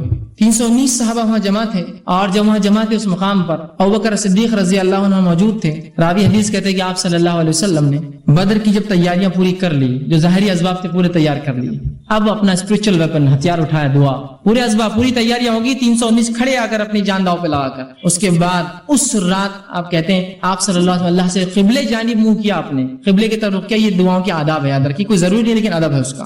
قبلے رخ منہ کیا اور اللہ کے رسول صلی اللہ علیہ وسلم آسمان کی طرف اپنے ہاتھ بہت بلند کیے، حتیٰ کہ آپ کے جو ہے بغل مبارک کی جو ہے سفیدی نظر آ رہی تھی. آپ گورے تھے، اندر سے سفیدی نظر آنے لگی، اور آپ نے جو لباس پہنا ہوا تھا وہ سائڈ سے سلاوا نہیں تھا، ایک چادر تھی جو سر سے ڈالی تھی، اس میں سوراخ کیا ہوا تھا. مطلب اتنا مال دولت نہیں تھی کہ سلا سکے. تو جب آپ نے ہاتھ اوپر کیے تو چادر دونوں طرف سے کھل گئی تھی، تو آپ کا پیٹ اور پیٹھ اور سب حصہ جو کھلا تھا، اور بہت سخت سردی کی رات تھی. تو ابوبکر صدیق فرماتے ہیں کہ میں کبھی ایک طرف سے چپک جاتا جا کے جسم کو کہ آپ صلی اللہ علیہ وسلم اتنی گرمی مل جائے کہ میرے جسم سے، پھر کبھی یہ طرف سے آ کے چپک جاتا کہ آپ کہیں سردی سے بیمار نہ ہو جائے، کچھ ہو نہ جائے آپ کو، اور کڑاکے کی سردی ہوتی ہے عرب علاقوں میں، یاد رکھیے. تو میں ادھر سے کبھی آتا ادھر سے آتا اور آپ کو پکڑتا، اور آپ سامنے آسمان کی طرف ہاتھ اونچے کیے ہوئے تھے اور اللہ سے دعا کرتے اللہ آج اگر یہ لشکر ہار گیا تو تیرا نام لینے والا دنیا میں اب اس کے بعد موجود کوئی نہیں رہیں گا. اور میں یہ کہہ رہا تھا اللہ کے رسول بس اللہ نے آپ کی سن لی ہے، آپ بس کر دے، کہیں آپ کو کچھ ہو نہ جائے اتنی سردی میں. اور رسول ایسا رات بھر کھڑے رہے دعا میں، لیکن پہلے تیاری کر کے آئے تھے. یہ نہیں کہ صرف رات بھر مدینے میں کھڑے دعا کرتے ہوئے اللہ دشمن کو ہلاک کر دے، برباد کر دے، ان کو فلاں کر دے. نکل کر آئے ہیں 319 اپنی جان لگا کر، اب دعا والا ہتھیار اٹھایا. اپنی کوششیں، امتحان ہے، پوری کوششیں کر جائیے، پھر دعا. اپنی پوری کوششوں کے ساتھ اللہ سے دعائیں مانگے. یہ نہیں کہ صرف دعا کے پیچھے لگ گئے اور اسباب پورے ظاہری آپ چھوڑ دیے. دونوں کو ملا کر اور اس کے بعد جو اللہ چاہیں گا، وہ جو پسند کریں گا، اپنی مرضی مشیت اور حکمت کے اعتبار سے قبول کریں، چاہے رد کر دے، اس کی اپنی چوائس ہے، وہ مالک ہے اور اختیار ہے مالک کو. اپنی مخلوق کو چاہے تو دے چاہے تو نہ دے، مخلوق کو اختیار نہیں کہ اپنی ناراضگی کا اظہار کرے رب کے سامنے. خاموشی سے اس کے فیصلوں کو سمجھ لے، اس کی حکمتوں کو سمجھ لے. آج ایک چیز کو اپنے لیے بہت اچھا سمجھتے ہیں، میری ایک ٹرین ہے، سمجھ لیجیے میں اورنگ آباد سے بمبئی جا رہا ہوں، ایک بڑی جاب لگنے والی ہے، کروڑوں روپیہ میری سیلری سال کی، اوہو، اور میری اگر وہ ٹرین چھوٹ گئی انٹرویو کے لیے جا رہی ہے تو میرے لیے کیا افسوس ہوگا. میں سب سے غمزدہ انسان بن جاؤں گا دنیا کا کہ میری اپارچونٹی چلے گی، جاب مل گئی تھی، ٹرین نہیں ملی. اور اگر مجھے تھوڑی دیر خبر ملی ٹرین کا ایکسیڈنٹ ہو گیا تو دنیا کا سب سے خوش قسمت آدمی میں ہوں، اس لیے کہ میں بچ گیا اس ایکسیڈنٹ سے. سمجھ رہے آپ؟ ایک پل پہلے تو سب سے ناراض آدمی تھا اور میں سب سے ناراض آدمی تھا، دوسرے پل سب سے خوش نصیب سمجھ رہا. کیوں سمجھ رہے آپ؟ اللہ کی حکمت، اس کے پیچھے مصلحت نہ قبول کرنا آپ کے خیر کے لیے، وہ بھی اس کا بدلہ ضرور قیامت کے دن ملے گا. بہرحال ٹھیک ہے، تو دعاؤں کے ظاہری اسباب بھی وہ کریں. اسی طرح خالی دعائیں نہیں چلیں گی، ظاہری اسباب کے ساتھ. اب جب دعاؤں کی بات آ رہی تو دعا صرف ان صحیح احادیث سے آپ کریں گے، وہ دعائیں کریں گے جو ثابت شدہ ہو. عام دعائیں تو اپنی زبان میں، اردو میں، مراٹھی میں، تیلگو میں، ملیالم میں، جو زبان آتی کر سکتے ہیں، لیکن جب آپ کو خاص دعائیں کرنا ہے نا، کچھ جو سنت سے ثابت ہوتی ہے، تو وہی دعائیں کریں گے جو صحیح حدیث ثابت ہے. ورنہ آج دعاؤں کے نام پر مسلمانوں کو کیا کچھ نہیں پڑھایا جا رہا ہے، آپ کو اس میں بتا بھی نہیں سکتا کیا کچھ نہیں. دعاؤں کے نام پر درود کیا ہے؟ دعا ہے نا. رسول اکرم صلی اللہ علیہ وسلم درود دعا ہے. ایسے ایسے دعائیں ایجاد کر دی جو آپ نے کبھی زندگی میں نہیں بتائے. جو آپ صلی اللہ علیہ وسلم دعائیں جو درود بتائے ہیں، کم و بیش 10-15 درود ہیں مختلف، الگ الگ، چھوٹے چھوٹے. اور سب سے بڑا کون سا ہے معلوم آپ کو؟ وہ جو نماز میں ہم پڑھتے ہیں اللہم صلی علی محمد، وہ سب سے بڑا ہے. اتنے درود بتائے آپ نے بس. لیکن ان کے بعد غیر ثابت شدہ درودوں کی اگر فہرست دیکھیں، جو دعائیں ہیں جو نبی پر دعا بھیج رہے ہیں، ایسی لمبی لمبی دعائیں اور ایسے شرکیہ کلمات، یہ کلمے سنے تو تعجب ہوتا ہے، آنکھ پہ رونگٹے کھڑے ہو جاتے ہیں. مسلمان پڑھ رہے ہیں، ہر جمعہ پڑھ رہے ہیں فلاں درود، اور لکھا ہوا یا دافع البلائی، اے نبی جو بلاؤں کو تم دفع کرتے ہو. نبی اگر دعا ہے، یہ درود ہے ان پر. ایسے درود نکالے، ثابت شدہ ہونا ضروری ہے، ورنہ آج کل مختلف کتابیں مختلف ناموں سے ثابت شدہ ہو. یہ اس کی تحقیق ضرور کر لیں اس سے پہلے کہ آپ جب دعائیں کریں. اب آئیے دعاؤں کے تعلق سے کچھ فضیلتیں، کچھ کلیریفیکیشنز، کچھ آداب اس کے سکھا دیتا ہوں، کیسی دعائیں کریں اور کون سے اوقات میں دعائیں جلدی قبول ہوتی ہے، اور خاص بات دعائیں کس کی قبول نہیں ہوتی۔ پہلے اس عنوان کا نام یہی ہم نے رکھا تھا، دعائیں کیوں قبول نہیں ہوتی۔ پھر پہلے میں نے کہا بہت چھوٹا عنوان ہو جائے گا، ذرا وسعت لاتے ہیں، دعا مومن کا اختیار۔ انشاءاللہ یہ عنوان آئے گا، بہت سے لوگ دعا قبول نہیں ہوتی، کہاں سے ہوں گی دعائیں کی شرائط میں تو اترو، پہلے کنڈیشن تو لاگو کرو، ٹھیک ہے۔ تو آئیے دعا کی فضیلت کیا ہے، میں نے کچھ تو باتیں رکھی اور رکھ دیتا ہوں۔ دعا آپ صلی اللہ علیہ وسلم عبادت ہے، جامع ترمذی کی روایت۔ اسی طرح اللہ سے دعا مانگنے والا جو ہے بڑی عظمت والا عمل ہے، اللہ سے دعا مانگنا عظمت والا عمل ہے۔ ترمذی کی روایت ہے، آپ صلی اللہ علیہ وسلم فرمایا کہ دعا سے زیادہ عظمت والا کوئی عمل اللہ کے نزدیک نہیں ہے۔ دعا کرنا بہت عظمت والا عمل ہے اور اس سے زیادہ عظمت والا اللہ کے نزدیک کوئی عمل نہیں۔ اسی طرح دعا تقدیر بدل سکتی ہے، آپ صلی اللہ علیہ وسلم فرمایا، یہ بھی جامع ترمذی کی روایت، آپ نے فرمایا اگر کوئی چیز تقدیر کو بدل سکتی ہے تو وہ دعا ہے۔ کتنی افضل چیز ہے نا دعا، سب کر سکتے ہیں اور سب کی قبول بھی ہوتی ہے، تو دعا ہے۔ اسی طرح دعا نازل شدہ اور غیر نازل شدہ تمام آفات اور بلاؤں کا حل ہے، آپ صلی اللہ علیہ وسلم فرماتے ہیں، یہ جامع ترمذی کی روایت، آپ نے فرمایا اور کہا جو ہے دعا نازل شدہ آفات اور جو ابھی نازل نہیں ہوئی سب کے لیے نفع بخش ہے، لہٰذا اے اللہ کے بندو دعا ضرور کرو۔ مطلب جو بلائیں تم پر نہیں آئی اور جو بلائیں آئی ہوئی ہیں دونوں کو ٹالنے کا حل راستہ کیا ہے، دعا کرو۔ یہ نہیں کہا کہ اے امت مسلمہ کے ولیوں تم دعا کرو، سب سے کہا نا، اگر خاص ہوتی دعا کہ اللہ گناہ گار کی نہیں سنتا تو کہتے نا کہ اے امت مسلمہ کے نیک لوگوں تم دعا کرو، اس لیے کہ جو بلا اتری ہے اور جو اترنے والی ہے وہ سے ٹل جاتی ہے، نہیں کہا نا، تم سب دعا کرو، ٹھیک ہے، ہم سب سے کہا۔ اسی طرح دعا کرنے والے کو اللہ کبھی محروم نہیں رکھتے۔ دعا کے لیے ہاتھ اٹھانا یہ مسنون ہے، سنت طریقہ یاد رکھیے، آپ ہاتھ اٹھانا چاہیے دعا کے لیے، لیکن ہاتھ بہت لمبے لمبے نہیں پھیلانا، سوائے اس کے کہ آپ صلی اللہ علیہ وسلم جب ہاتھ اٹھاتے تو ہاتھ نزدیک ہوتے، ملے ہوئے ہوتے، حدیث میں آتا ہے ہاتھ ملے ہوئے ہوتے، ٹھیک ہے۔ اور جب آپ اشد بہت شدت ہوتی تو ہاتھ کو دور نہیں کرتے، بہت شدت کی دعا تو ہاتھ کھولتے جاتا ہو نہیں، جب آپ شدت سے دعا کرتے تو ہاتھ اوپر کی طرف جاتے، جتنی شدت ہوتی دعا ہوتی کہ بدر میں آپ نے ہاتھ اتنے اوپر کیے تھے کہ آپ کے بغل نظر آ رہے تھے، اور بارش نماز استسقاء میں آپ اتنے اوپر ہاتھ کرتے الٹے کرتے کہ آپ کا بغل نظر آتا۔ تو دعا کی شدت جتنی زیادہ ہوں گی آپ ہاتھ اتنے اوپر اٹھائیں گے اللہ کی طرف، اوپر کی طرف، یہ عاجزی کی علامت ہے۔ اور ظاہر سی بات ہے بندہ ہاتھ اٹھا رہا ہے مطلب کچھ مانگ رہا ہے، ایک بھکاری کی حیثیت سے کھڑا ہے، ٹھیک ہے، عاجزی کی علامت ہے۔ میں یہ بھی نہیں کہوں گا کہ ہاتھ کھلے رکھنے دعا نیچے گر جاتی، ایسا نہیں ہے، یہ سب اللہ کا غائب کا معاملہ ہے، لیکن ہاتھ ملانا چاہیے اور ہاتھوں کو آپ اس کی شدت کے اعتبار سے کیجیے، اور قبلے رخ ہونا بھی یہ سنت ہے، یاد رکھیں، ٹھیک ہے۔ تو آپ صلی اللہ علیہ وسلم فرمایا دعا کے لیے ہاتھ اٹھانا مسنون ہے، اور دعا جب کرتا ہے بندہ محروم، ابن ماجہ کی روایت آپ نے فرمایا اور کہا تمہارا رب بڑا حیا کرنے والا ہے اور بڑا سخی ہے، بہت دینے والا ہے، اس کو ایک تو شرم بہت آتی اور بہت سخی ہے، بہت دینے والا ہے، تو لہٰذا جب بندہ اس کے حضور میں ہاتھ اٹھاتا ہے تو اللہ کو شرم آتی ہے، میں کیسے نہیں دوں گا اس کو، ایک مطلب بہت حیا آتی ہے اس کو کہ کوئی اس کے در پر آئے مانگے اور وہ خالی ہاتھ چھوڑے، تو اللہ کے رسول نے جب بندہ ہاتھ اٹھاتا ہے تو اللہ بڑا حیا دار ہے، بڑا سخی دینے والا ہے، تو اس کو شرم آتی ہے، حیا آتی ہے کہ اس بندے نے جس نے ہاتھ اٹھایا اس کو خالی کیسے جانے، تو کچھ نہ کچھ ضرور ڈالتا ہے آپ کی جھولی میں، یاد رکھیے، یا تو چیز کے بدلے چیز، دعا کے بدلے اس کے بدلے آخرت میں ثواب، یا اس کے بدلے ایک مصیبت ٹالتا ہے، اس لیے کہ اس کو حیا آتی ہے آپ کو لوٹانے کے اندر، ٹھیک ہے۔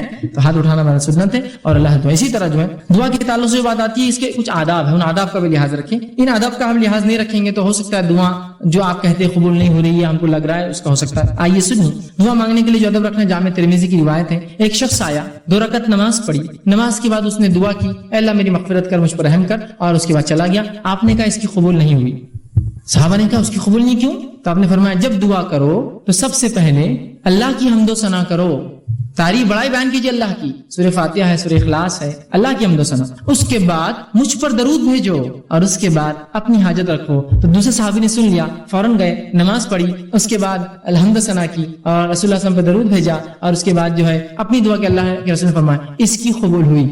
یہ ادب ہے دعا کا، یاد رکھیے، نہیں کوئی ضروری نہیں کہ آپ جلدی میں ہو، مصیبت میں تو آپ سیدھے پکارے اللہ کو، لیکن جب آپ اطمینان سے دعا کر رہے ہیں تو ضرور اس ادب کا لحاظ رکھیے کہ پہلے اللہ کی حمد و ثنا، نبی اکرم صلی اللہ علیہ وسلم پر درود، اپنی حاجت اس کے بعد رکھیے، اور اس کے اندر بالخصوص اپنی مغفرت کے ساتھ شروع کیجیے، اللہ میری مغفرت، اس کے بعد میرے فلاں، ٹھیک۔ اسی طرح دعا جامع ہو، کم الفاظ والی ہو، اور 2 ٹوک ہو، ڈائریکٹ ٹو پوائنٹ ہو۔ جامع سمجھتے آپ، کم الفاظ والی، آپ صلی اللہ علیہ وسلم لمبے لمبے الفاظ پسند نہیں کی دعا میں، خوب لمبے لمبے اشعار پڑھ رہے، یہ پڑھنے، جامع ہو۔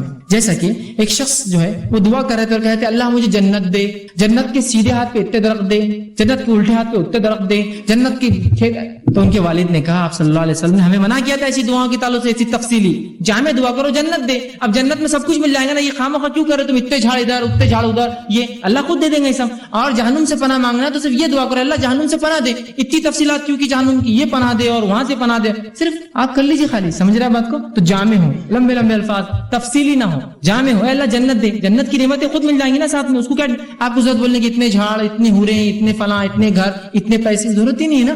جنت مل گئی، سب کچھ آ گیا، جہنم سے بچ گئے، سب کچھ ہو گیا. اتنا کیوں کہ اللہ جہنم کے وہ حصے سے نجات دے اور وہ حصے سے نجات دے اور وہ حصے سے، حالی آپ بول دیجیے بس. بات سمجھ رہے آپ؟ ٹھیک ہے. جامع ہو اور دو ٹوک. یہ دعا کوئی نہ کرے اللہ تو بہتر سمجھے تو دے. یہ دعا درست نہیں. کیوں؟ اللہ پہ کوئی اتھارٹی ہے کہ جو بہتر سمجھے گا اور نہیں سمجھے گا؟ اس کے پاس تو پوری ملکیت ہے، وہ تو دے ہی سکتا ہے. آپ مانگیے کیا مانگنا ہے آپ کو، بولیے اپنے ڈور اللہ یہ چیز مجھے خیر ہے تو دے دے، ختم. تو چاہے تو خیر دے دے، یہ کوئی آپشن نہیں. اللہ کے اوپر کیا کوئی باس ہے اس کا جو اس کو وہ کرے گا کہ تو چاہے تو مطلب وہ کسی سے پوچھے؟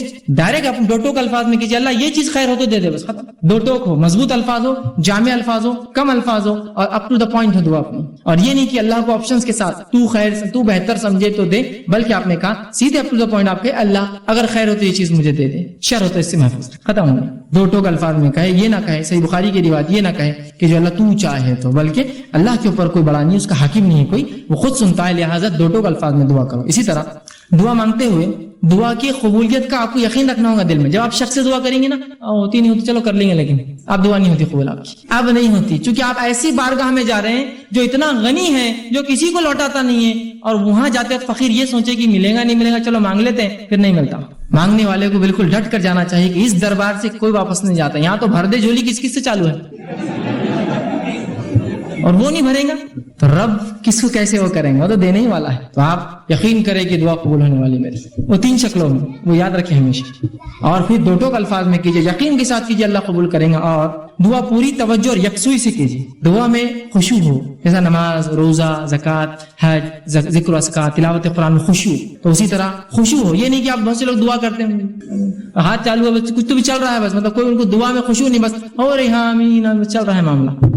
خشوع کے ساتھ، عاجزی انکساری کے ساتھ، یکسوئی کے ساتھ. یہ جامع ترمذی کی روایت ہے، آپ نے فرمایا اللہ تعالیٰ سے قبولیت کے مکمل یقین کے ساتھ دعا کرو، اور یاد رکھو اللہ تعالیٰ غافل اور بے دھیان دل کی دعا نہیں سنتا اور قبول نہیں کرتا. غافل بے دھیان دل بس کر رہے اللہ بس میرے والدین کو فلاں کر دے، یہ غافل ہے. آپ ادھر دیکھ رہے ادھر دیکھ رہے، یہ کام کیسا چل رہا وہ کیسا ہو رہا، مسجد میں کیا کیا ہو رہا، گھر میں کیا کیا ہو رہا ہے نا، تو پھر دعا قبول نہیں ہوتا. اسی طرح دعا کے ادب میں یہ ادب بھی ہے، دعا مانگنے سے قبل اپنے گناہوں کا اعتراف کیجیے اللہ کے سامنے. یہ حاکم کی روایت ہے، آپ صلی اللہ علیہ وسلم فرمایا جب بھی تم اللہ سے دعا مانگو تو اپنے گناہوں کا پہلے اقرار کرو، اللہ میں گناہ گار ہوں، میں خطا کار ہوں، مجھ سے گناہ اور خطا ہوئے، لیکن تو میرا رب ہے، اس گناہ اور خطاؤں کے بعد بھی مجھے یقین ہے تو میری دعا سنے. تو اپنے گناہوں کا اعتراف کیجیے اور پھر اپنی حاجت مسائل اس کے سامنے رکھے. ٹھیک ہے، تو گناہوں کا اعتراف یہ ضروری ہے. ٹھیک، اسی طرح خاص دعاؤں کے لیے آپ 3 بار بھی دہرا سکتے ہیں. خاص دعاؤں کے لیے اسپیشل جو آپ کی دعائیں ہوں کچھ تو آپ 3 بار دہرائیے، اس کی سنت ہے، یہ اس کا ادب بھی ہے. آپ صلی اللہ علیہ وسلم کے طرف ابن ماجہ کی روایت ہے، آپ نے جنت طلب کی اور جہنم سے پناہ مانگا 3 بار کا، اللہم صلی اللہ جنت ونعوذ بک من النار 3 بار کہا. یہ تو بہت اہم دعا ہے نا، جنت پانے کی جہنم سے بچنے کی. تو اس سے پتہ چلا آپ ایسی دعاؤں کو جو بڑی اہمیت کی ہے 3 بار دہرانا، اللہ میری مغفرت کر، اللہ میری مغفرت کر. یہ امپورٹنس کے لیے اور یہ سنت ہے. آپ جب بھی کوئی اہم دعا کرتے 3 مرتبہ الفاظ، جیسے عثمان بن عفان کو دعا دی تھی 3 بار کی دی تھی. ایک سے امپورٹنٹ تھا نا، اس لیے کہ جنگ تبوک میں مال لا کے دیا تھا جب کوئی دے نہیں رہا تھا. ٹھیک ہے، 3 بار. اسی طرح یہ ابن ماجہ کی روایت. اسی طرح جو ہے جامع ترمذی کی روایت ہے، آپ نے فرمایا کہا کسی دوسرے کے لیے دعا مانگنے والے کو پہلے اپنے لیے دعا کرنی چاہیے پھر دوسرے کے لیے مانگنا چاہیے. اگر کوئی آپ سے کہا بھائی میرے لیے دعا کیجیے تو آپ صلی اللہ علیہ وسلم فرمایا پہلے اپنے لیے مانگ اور پھر اس کے لیے وہ چیز مانگ، اس لیے کہ پہلا محتاج تو وہی جو مانگ رہا ہے اور پھر وہ ہے جس نے مانگنے کا کہا. جب بھی کوئی آپ سے دعا کہے تو ضرور اپنے لیے مانگیے پہلے اور پھر اس سامنے والے کے لیے دعا کیجیے. اسی طرح جو یہ ابو داؤد کی روایت ہے، آپ صلی اللہ علیہ وسلم فرمایا کہ دعا جو ہے جامع ٹھوس الفاظ لیکن زیادہ معنی والوں سے دعا مانگنی چاہیے، مطلب تھوڑے ہو، ٹھوس ہو، مضبوط ہو اور زیادہ اس کا معنی اس کے ساتھ کرنا چاہیے. اسی طرح ہاتھ اٹھائے بغیر بھی دعا کرنا جائز ہے، لیکن ہاتھ اٹھانا سنت اور ادب ہے. ہاتھ اٹھائے بغیر بھی کر سکتے ہیں، جیسے کہ آپ صلی اللہ علیہ وسلم نے نماز کے اندر تشہد کے اندر دعائیں کی، اس میں ہاتھ تھوڑی اٹھا سکتا آدمی نماز کے تشہد میں، نماز کی مختلف ارکان میں، تو بغیر ہاتھ اٹھائے کی تو بغیر ہاتھ اٹھائے کی بھی کر سکتے ہیں، ہاتھ اٹھا کے بھی کر سکتے ہیں. اسی طرح جو ہے دعا سننے والے کے لیے آخر میں آمین کہنا چاہیے. جو دعا سنیں، جب کوئی دعا کرے آپ سن رہے تو آمین کہنا چاہیے. اس لیے کہ آمین کہنا یہ جو ہے اے اللہ قبول کر کے معنی میں ہے. وہ صحیح مسلم کی روایت ہے, آپ نے فرمایا جب بندہ اللہ سے دعا کرتا ہے تو فرشتے آمین کہتے ہیں, اس کے لیے وہ دعا کر کے آمین کہتے ہیں. تو پتہ چلا فرشتے دعا پر آمین کہتے ہیں, مطلب ہم لوگ بھی جب دعا کوئی کرے تو آمین کہنا چاہیے اس کے اوپر, لیکن دعا گناہ کی نہ ہو اور خطے تعلق کی نہ ہو. یہ دو دعاؤں پہ نہیں کہنا چاہیے, کیونکہ یہ دعائیں مانگنا غلط بھی, اللہ قبول بھی نہیں کرتا. یہ گناہ کی کوئی دعا یا خطے تعلق, جیسا کوئی دعا کرا اللہ لڑکی کو بھاگنا آسان کر دے, اسے لوگ کرتے ہیں ایسی دعائیں, ہوتے ہیں نا ایسی دعائیں. تو بہرحال نوجوان اس لیے بول رہا ہوں, تو یہ دعائیں نہیں قبول ہوتی, یہ تو گناہ کی ہے نا. آپ ایسی دعا اللہ سے کرتے ہیں اللہ میرے کو شراب کی نعمت عطا فرما, ہے نا, میرے لیے جوا چرس گانجا یہ سب آسان کر, میرے کلب کو جو سٹے کا ہے اس کو خوب چلا, ہے نا, لوگوں کو خوب بیمار کر تاکہ میرے دواخانے میں آئے. گناہ کی ہے نا بھائی, بیمار لوگ ہوتے رہیں گے, دواخانے آتے رہیں گے, الگ چیز ہے, آپ دعا نہیں کر سکتے, اس کی گناہ ہے نا, ایک غلط چیز کی دعا کر رہے ہیں آپ, سمجھے. جیسے پنکچر کی کسی نے دکاندار, تو آپ کیا دعا کریں اللہ خوب پنکچر ہو گاڑیاں اس شہر میں میرے پاس آئے.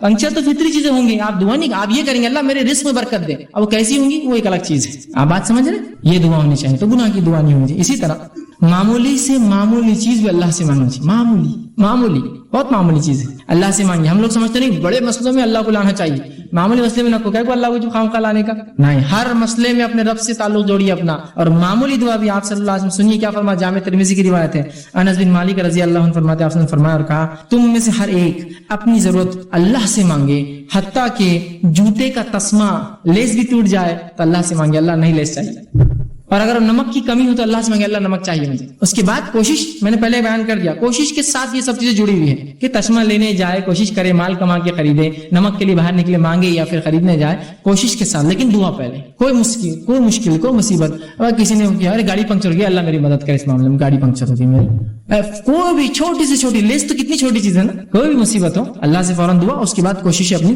جاری رکھیں. اسی طرح دعا کرتے وقت اپنا رخ قبلے طرف رکھنا یہ بھی سنت ہے. آپ صلی اللہ علیہ وسلم نے جنگ بدر کا جو میں نے واقعہ رکھا تھا, آپ قبلے رخ ہوئے, یہ مسلم کی روایت ہے, اور دعا کی جس کے الفاظ صحیح مسلم کی روایت کی یوں ہیں. عمر بن خطاب کہتے ہیں جنگ بدر میں رسول اکرم صلی اللہ علیہ وسلم نے مشرکین مکہ پر ایک نظر ڈالی ان پہ جب کھڑے ہو گئے تھے آمنے سامنے, تو وہ 1000 کی تعداد تھی, جبکہ آپ صلی اللہ علیہ وسلم کی صحابہ کی تعداد 319 تھی. پھر فرمایا رسول اللہ صلی اللہ علیہ وسلم نے قبلے رخ طرف کیا اور اپنے ہاتھ اللہ کے حضور پھیلائے اور پکار کر دعا کرنے لگے, پکار کر دعا کیا آپ نے, ٹھیک ہے.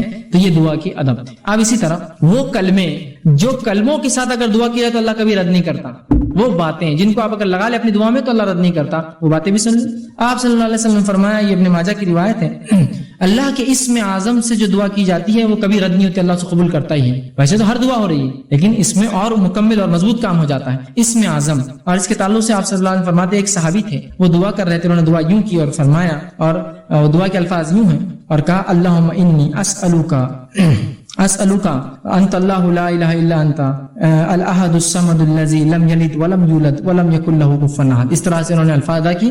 آپ صلی اللہ علیہ وسلم کہا اس نے اللہ کے اسم اعظم سے دعا کی, اس کی دعا تو رد نہیں ہونا ہے. کوشش کریں کہ آپ جو اسم اعظم سے. اسی طرح قبولیت کی دعا کے دیگر کلمات درج ذیل, بہت سی اور دعائیں جو آپ کر سکتے ہیں, وہ کلمات جن کو آپ لگا لے سے دعا قبول ہوتی ہے, اس میں سے ایک یہ ہے جس کو آپ صلی اللہ علیہ وسلم فرماتے ہیں اور کہا کہ جو شخص یہ پڑھے اپنی دعا کے اندر لا الہ الا انت سبحانک انی کنت من الظالمین, جو یونس علیہ السلام نے کی, اور اس کے بعد دعا کرے تو آپ فرماتے ہیں پاک ہے ظالموں سے نہیں ہوں, اس کے واسطے سے جب بھی کوئی مسلمان دعا کرے تو اللہ اس کی دعا قبول کرتا ہے. تو یہ کلمات ضرور پڑھے اپنی دعا سے پہلے اور اپنی دعا کرے, ٹھیک ہے. یہ دعا بھی اللہ رب العزت قبول کرتا ہے. اسی طرح آپ صلی اللہ علیہ وسلم تیسری چیز بتائی, دعا قبولیت میں جو کلمے آپ جوڑے اس میں سے یہ آپ نے فرمایا اور کہا, جامع ترمذی کی روایت ہے کہ جب تم دعا کرو تو یہ الفاظ کہنا مت بھولنا, یا ذوالجلال والاکرام, بار بار کہنا ہے یا ذوالجلال والاکرام. تو آپ نے فرمایا یا ذوالجلال والاکرام کے الفاظ کو اپنی دعا میں لازم پکڑو, ہمیشہ بولا کرو ان الفاظ کو, یا ذوالجلال والاکرام, ٹھیک. اسی طرح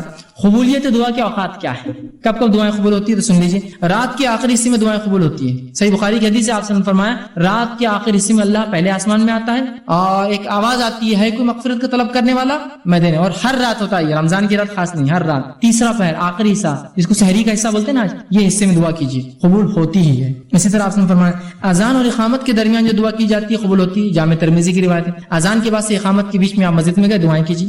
اسی طرح سجدے میں دعائیں قبول ہوتی ہیں. آپ صلی اللہ علیہ وسلم فرمایا, صحیح مسلم کی روایت ہے, جب بندہ سجدے میں ہوتا ہے اللہ سے سب سے نزدیک ہوتا ہے, تو لہٰذا تم اس میں خوب دعائیں مانگو, تو سجدے میں دعا ہوتی ہے. اسی طرح جمعہ کے دن ایک ایسی گھڑی ہے جس میں اللہ تعالیٰ دعا قبول کرتا ہے, یہ بخاری کی حدیث ہے. اور ایک حدیث کے مطابق آپ نے فرمایا وہ گھڑی عصر اور مغرب کے بیچ آتی ہے, وہ تھوڑا وقفہ ہوتا ہے, کوشش کرے کہ جمعہ کے دن بار بار ہر وقت زیادہ سے زیادہ دعائیں کرے تاکہ جب بھی وہ گھڑی ہو، ایک قول کے مطابق عصر سے مغرب کے بیچ ہے، لیکن وہ ایک دن کبھی بھی آتی ہے گھڑی دن بھر میں۔ اسی طرح آپ صلی اللہ علیہ وسلم میدان جنگ میں اگر مسلمان کافروں کے لشکر کے سامنے ہو یا گتھم گتھا ہو اور اس میں اگر وہ دعا کرے تو ایسی دعا اللہ کبھی رد نہیں کرتا اور قبول کرتا ہے، ٹھیک۔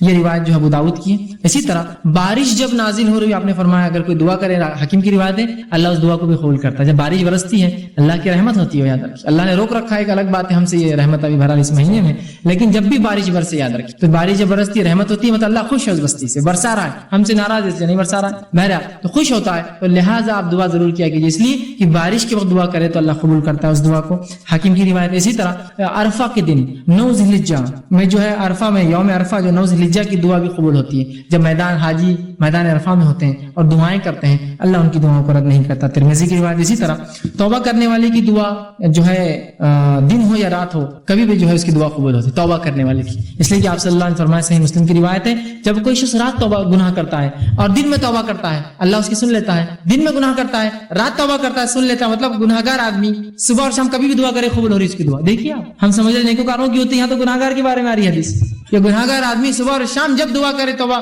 اس کی توبہ قبول کرتا ہے اللہ، دعا ہی تو کرتا ہے اللہ معاف کر تو قبول کر رہا ہے اللہ، رات کرتا ہے اور صبح مانگتا ہے تو قبول ہوتی ہے، صبح کرتا ہے اور رات مانگتا ہے تو قبول ہوتی ہے، تو گناہگار آدمی بھی اگر جب بھی مانگے اللہ سے مطلب دن اور رات تو قبول ہوتی ہے۔ اسی طرح دعا قبولیت کی ایک اوقات یہ بھی ہے، زمزم، جب انسان زمزم بھی آپ صلی اللہ علیہ وسلم فرماتے ہیں، ابن ماجہ کی روایت ہے، کوئی شخص زمزم کو جس نیت سے پیتا ہے اللہ اس چیز کو قبول کرتا ہے، صحت کے لیے، بیماری کے لیے، مصیبت کے لیے، کوئی چیز کی دعا کر کے زمزم پیجیے انشاءاللہ عزیز قبول ہوں گی یہ دعا، ٹھیک ہے۔ تو یہ بھی جو ہے وہ تمام چیزیں جو دعا قبولیت کی گھڑیاں۔ اسی طرح اب وہ لوگ جن کی دعائیں قبول نہیں ہوتی، وہ کام جن کے کرنے سے دعا اللہ قبول نہیں کرتا، ایسے لوگ غور سے سنیے، آپ صلی اللہ معاف کرنا، وہ لوگ جن کی دعا اللہ قبول کرتا ہے وہ کون ہے، پھر اس کے بعد جن کی نہیں کرتا ہے وہ ہم دیکھیں گے وہ کون لوگ ہیں جن کی اللہ دعا قبول کرتا ہے۔ یہ پہلا مظلوم، اللہ مظلوم کی دعا قبول کرتا ہے، اور دعا بد دعا ایک ہی چیز ہوتی ہے، عربی میں یاد رکھیے، اچھے الفاظ اچھی چیز کے لیے مانگی جائے تو دعا ہوتی ہے، برے کے لیے مانگا تو بد دعا ہوتی ہے۔ کسی بھی آپ نے ظلم کیا وہ دعا کر اللہ اس ظالم کو ختم کر، تو یہ مظلوم کی دعا در حقیقت بد دعا ہوتی ہے اس کے، لیکن اس کی دعا ہے اللہ سے مانگتا ہے نا، تو مظلوم کی دعا رد نہیں ہوتی،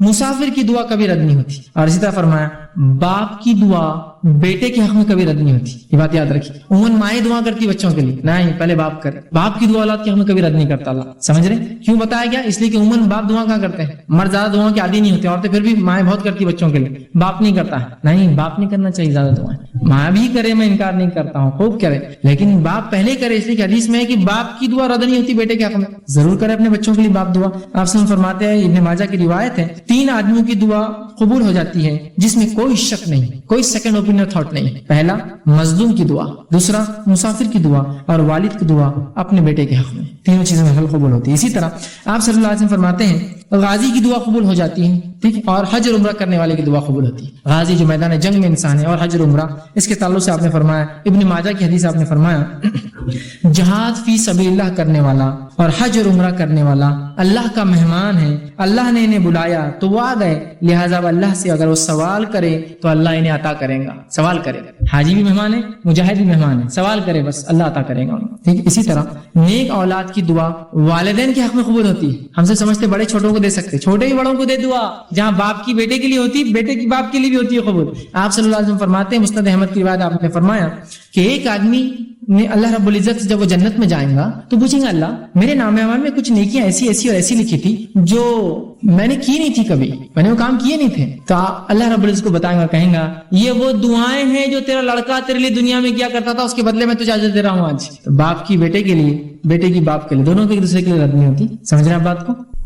اسی طرح آپ صلی اللہ علیہ وسلم فرماتے ہیں اور کہتے ہیں خوشحالی میں جو اور فراوانی میں جو اللہ کو یاد رکھتا ہے اللہ تعالیٰ تنگ دستی میں اس کی دعاؤں کو قبول کرتا ہے۔ بڑی اچھی حدیث سنیے، جامع ترمذی کی روایت آپ سے فرماتے ہیں اور کہتے ہیں جو شخص یہ پسند کرتا ہے کہ مصیبتوں اور تکلیف اور مشکل حالات میں اللہ اس کی دعا قبول کرے تو اسے چاہیے کہ خوشحالی کے وقت میں خوب اللہ سے دعا کرے، بلکہ ہم تو کبھی بھی بدحالی میں دعا کرتے اللہ سے، خوشحالی میں کہاں یاد آتی؟ خوشحالی میں تو بس معاملہ بالکل وہ ہو جاتا، نہیں، جو خوشحالی میں اللہ کو یاد رکھتا ہے تو اللہ تنگ دستی اور بدحالی میں جو ہے اس کو کیا کرتا ہے، یاد کرتا ہے، یاد سمجھ رہا؟ تو اس کی بھی ہوتی ہے۔ اسی طرح روزے دار کی دعا قبول ہو جاتی ہے، آپ صلی اللہ علیہ وسلم فرماتے ہیں جب روزے دار کوئی روزہ رکھتا ہے، بحقی کی روایت ہے، تو اللہ رب العزت اس کی دعا قبول کرتا ہے۔ اسی طرح بیمار کی دعا بھی قبول ہو جاتی ہے، اور وہ شخص وہ انسان جو اپنے بھائی کے لیے دعا کرے، غائبانہ دعا یاد رکھیے، جو اپنے بھائی کے لیے غائبانہ دعا کرے اللہ رب العزت اس کو بھی قبول کرتا ہے۔ بحقی کی روایت آپ صلی اللہ علیہ وسلم نے کہا مریض کی دعا یہاں تک کہ وہ ٹھیک نہ ہو جائے قبول ہوتی ہے، اور بھائی کی دعا بھائی کے لیے جب غائبانہ کرے تو قبول ہوتی ہے، اور قبول ہونے والی دعاؤں میں سب سے جلدی جو دعا قبول ہوتی ہے وہ ایک بھائی کے لیے جب دوسرا بھائی غائبانہ دعا، اور بھائی سے مراد یہاں سگا بھائی نہیں، مسلمان بھائی جب دوسرے مسلمان بھائی کے لیے غائبانہ دعا، اس کے موجودگی میں تو کوئی بھی دعا کرتا ہے، غائب پیچھے کرتا ہے پیٹ کے، یہ سب سے جلدی قبول کر لیتا اللہ، اس لیے کہ دوسرے بھائی نے کیا اس کے لیے دعا، ٹھیک ہے۔ تو یہ تھا وہ لوگ جن کی دعائیں قبول ہوتی ہیں۔ اب وہ لوگ جن کی دعائیں قبول نہیں ہوتی وہ کیا اسباب ہے؟ سنیے، رزق کے حرام کھانے والا اس کی دعا قبول نہیں ہوتی۔ رزق حرام، آج حرام رزق کھاتے ہیں کھلاتے ہیں، بلکہ رزق حرام پر پرورش پانے والی کی بھی دعا نہیں قبول ہوتی، مقائی کمانے والا نہیں، اس کو کھانے والا بھی دعا قبول نہیں ہوتی اس کی۔ آپ صلی اللہ علیہ وسلم فرماتے ہیں ایک شخص کا پھر آپ صلی اللہ علیہ وسلم نے ایک شخص کا ذکر کیا جو طویل سفر میں ہے، جس کے سفر کی وجہ سے گرد و غبار دھول مٹی سے اس کا چہرہ بھرا ہوا ہے، اور اس کے بعد جو ہے وہ دونوں ہاتھ آسمان کی طرف کرتا ہے، وہ حج یا جہاد کے سفر پر ہے اور دونوں ہاتھ آسمان کی طرف کر کے اللہ سے دعا کرتا ہے اے اللہ میری دعا قبول کر۔ اللہ کہتا ہے میں اس کی دعا کیسے قبول کروں؟ اس کا کھانا حرام، اس کا پینا حرام، اس کے کپڑے حرام، اس کی پرورش حرام پر ہوئی ہے۔ حرام کھانے والا ہے، حرام کمانے والے، حرام پر پرورش جس کی بھی اللہ دعا نہیں ہوتی۔ اس لیے میں نے کہا تھا اولاد کی تربیت میں اس کے حق میں اولاد کو حلال مال کھلائیے، آپ اس کو حرام مال کھلائیں گے اس کی تربیت اور اس کی دعاؤں کو آپ برباد کر رہے ہیں۔ حلال مال کی بڑی اہمیت، کم کمائیے مت کمائیے لیکن حلال کمائیے۔ جو ہوتا ہے نا مت سے مراد یہ کہ اب آدمی کچھ نہیں بنا بڑا پریشان حال ہے، بہت کم ہوتا ہے، لیکن حرام کے اسے مت جائیے، رشوت خوری، سود کے اوپر تجارتیں، اسی طرح لوٹ مار، اس کی ٹوپی اس کے سر ڈال دی، ادھار پچے لگی کھا گئے، ایسا لوگوں نے زندگی گزار لے رہے ہیں۔ یاد رکھیے دعائیں نہیں قبول ہوتی آپ کی، اپنی مغفرت کی دعا کوئی بندہ نہ کر سکے، وہ رب جو حیا دار ہے اور سخی ہے اگر وہی آپ کی دعائیں نہ قبول کرے، یا ایسا عمل جس سے آپ کی وہ رب ہی دعا قبول نہ کرے، اس سے بری بات کیا ہو سکتی کوئی بری بات اس سے؟ حرام مال پہلی چیز، صحیح مسلم کی روایت تھی۔ دوسرا، جو گناہ کے لیے دعا کریں گے اور خطا رحمی کے لیے اس کی دعا قبول نہیں ہوتی۔ گناہ کے لیے آپ دعا کریں، خطا رحمی رشتہ توڑنے کی، اس کی دعا قبول نہیں ہوتی، پہلے وضاحت میں کر چکا ہوں۔ اسی طرح غفلت اور لاپرواہی سے کرنے والے کی دعا قبول نہیں ہوتی، دل اس کا دعا میں نہیں، ادھر دیکھ رہا ہے ادھر دیکھ رہا ہے ادھر سوچ رہا ہے، ایسی شخص کی دعا قبول نہیں ہوتی، پہلے میں نے حدیث آپ کے سامنے رکھ دی۔ اسی طرح زانی کی دعا قبول نہیں ہوتی، یاد رکھیے جو زنا کرتا ہے زانی کی دعا قبول، اور زبردستی حاکم اگر اپنے محکوم سے ٹیکس وصول کر زبردستی تو ویسے حاکم کی دعا قبول نہیں کرتا اللہ تعالیٰ۔ آپ صلی اللہ علیہ وسلم نے فرمایا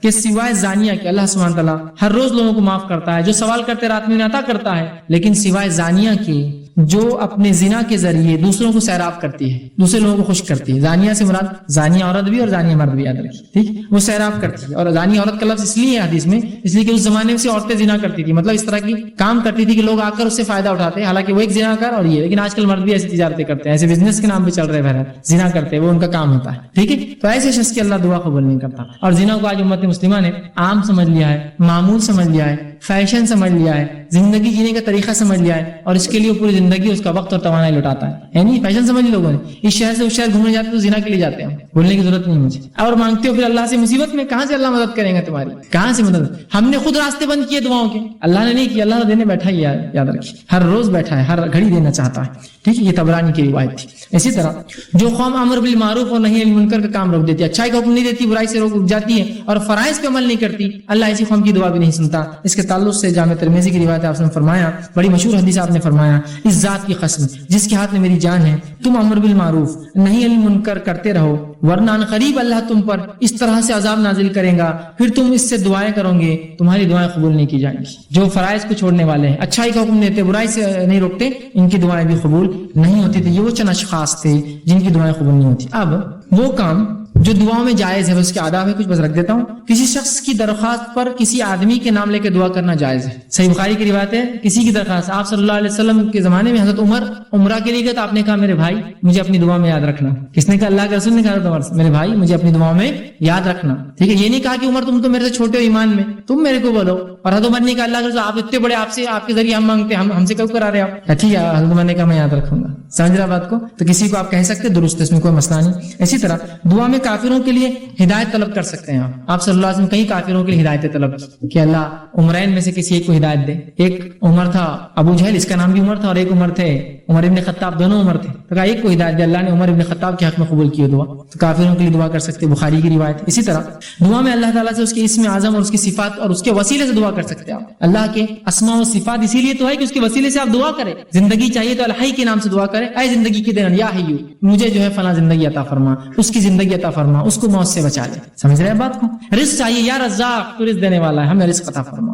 آپ کو چاہیے کہ آپ چاہتے ہیں آپ کے گناہ معاف کرے, یا غفار آپ کے گناہوں کو درگزر کر دے, یا رحمان اور رحیم مجھے معاف. تو آپ چاہتے ہیں آپ کے گناہوں کو اللہ ڈھانک لے, یا ستار اے چیزوں کو ڈھانکنے والے, میرے گناہوں کو قیامت کے روز ڈھانک لے. تو اللہ کے اسماء و صفات. آپ کو وسعت چاہیے, یا وسیع مجھے وسعت فرما میرے معاملے میں. ٹھیک ہے, تو اللہ کے اسماء و صفات کے وسیلوں سے دعا کیجیے, اسی لیے تو یہ نام ہے اللہ کے.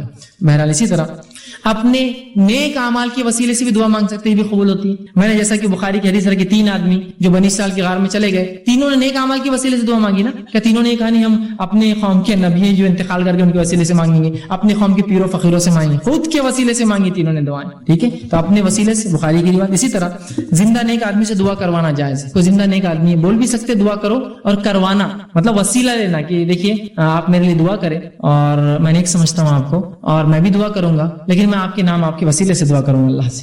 اس طرح سے اگر آپ اجازت لے اور وہ بھی دعا کرے اور آپ بھی دعا کرے, دعا قبول ہوتی ہے. یہ بھی جائز ہے, لیکن یہ ہر بار کا معمول مت بنا دیجیے کہ اللہ اس کے بغیر قبول ہی نہیں کرتا وسیلے پر. امت نے اتنی حدیث لے لی اور ہر چیز کو نہیں ان کے ذریعے اور ان کے ذریعے نہیں. یہ تو کچھ کئی چیزوں میں سے ایک سبب ہے کہ آپ کسی کو نیک سمجھتے ہیں تو اس کو مسئلہ بتائیے, خود بھی دعا کرے, نہیں کہ آپ بری ہو گئے نہیں انہوں کر رہے دعا, وہ بھی دعا کرے, تو یہ بھی جائز ہے, ایسا کروایا جا سکتا ہے. ٹھیک, اسی طرح وہ کام جو دعا کے اندر منع ہے, بس یہ آخری بات ہے, دعا میں اشعار پڑھنا اور پر تکلف الفاظ استعمال کرنا منع ہے. اشعار شعر شاعری, مطلب میرے کو طرز میں دعا پڑھتے نا, فلاں فلاں فلاں فلاں فلاں, وہ چلتے رہتا. کچھ لوگوں کا میرے کو ایک ٹیپ چلتا ہو شاعری اور فلاں اور فارسی شاعری کے اندر دعا کرنا, اور پر تکلف الفاظ, بہت ہی تکلف ایسے الفاظ کی پیچھے والے خالی دیکھ رہے دوسرے کو کیا کر رہا بول کری, یہ دعا ہے اس کی, پر تکلف الفاظ. ٹھیک, یہ درست نہیں, بخاری کی روایت ہے. اسی طرح ابن ماجہ کی روایت ہے, آپ صلی اللہ علیہ وسلم نے فرمایا کہ دعا میں غیر ضروری باتیں کرنا منع ہے. غیر ضروری باتیں کہ جنت ہونا, یہ ہونا, اس میں فلاں ہونا, وہ جنت کا سوال کیجیے, جہنم سے نجات کا سوال. اسی طرح اپنے گناہوں کی جو دنیا میں سزا مانگنے کی دعا کرنا یہ منع ہے کہ آپ اللہ سے ایسی دعا کریں. صحیح مسلم کی روایت, ایک صحابی نے دعا کہ اللہ میرے گناہوں کی سزا مجھے دنیا میں دے دے, اور وہ بیمار پڑ گیا. آپ صلی اللہ علیہ وسلم ان کی عیادت ہوئے, کہا تو نے کیا کیا ایسا, تو اللہ کے رسول میں نے دعا کی اللہ میرے گناہوں کی سزا دنیا میں دے, تو کہا کیا تیرے میں اتنی طاقت ہے جو دنیا میں گناہ کی سزا تو بھگت سکے, کہا تو نے یہ دعا کرنا تھا ربنا آتنا فی الدنیا حسنۃ, اللہ دنیا بھی آسان کر, وفی الآخرۃ حسنۃ, آخرت بھی آسان کر, وقنا عذاب النار, آگ کے عذاب سے بچا. کہ انہوں نے ایسی غلط دعا کی کہ ان کو بخار چڑھ گیا تھا, اللہ نے قبول کی, ان کو اس کی بدلہ مل رہا تھا, تو پھر انہوں نے دعا کی, بخار چلا گیا. تو اپنے لیے دنیا میں میرے کو دے دے بول کر نہیں کرنا چاہیے, اللہ ہو گیا مجھ سے گناہ معاف کر, نہیں اللہ میرے کو سزا دے دنیا میں جتنے میں نے کی, کہاں سے بھگت سکیں, کئی زندگیاں میں لائیں گے تو نہیں بھگت سکتے ہم. ٹھیک, تو معافی طلب کیجیے, یہ سب سے طریقہ. اسی طرح ابو داؤد کی روایت ہے, اپنے لیے, اپنی اولاد کے لیے, اپنے جو ہے خادموں کے لیے اور اپنے مال کے لیے بددعا کرنا منع ہے. اپنے لیے, اپنے بیوی بچوں کو بددعا دے رہے, آپ اپنے مال کو برا بھلا کرے, اپنے غلاموں کو برا بھلا کرے, بددعا دے رہے, منع ہے. اس سے آپ سے ابو داؤد کی روایت میں روکا. اسی طرح بخاری کی روایت ہے, موت کی دعا کرنا درست نہیں ہے. آپ یہ دعا کر سکتے ہیں اللہ اگر موت میرے لیے بہتر ہے تو موت دے, زندگی بہتر ہے تو زندگی دے, لیکن آپ یہ نہیں کہتے اللہ مجھے موت دے دے. بہت سی عورتیں ہوتی ہیں کچھ ہوا نہیں ہوا, اے اللہ اٹھا تو بھی لے میرے کو, اے اللہ اٹھا تو بھی لے میرے کو, بس ہر تھوڑی دیر کو اٹھا تو بھی لے میرے کو.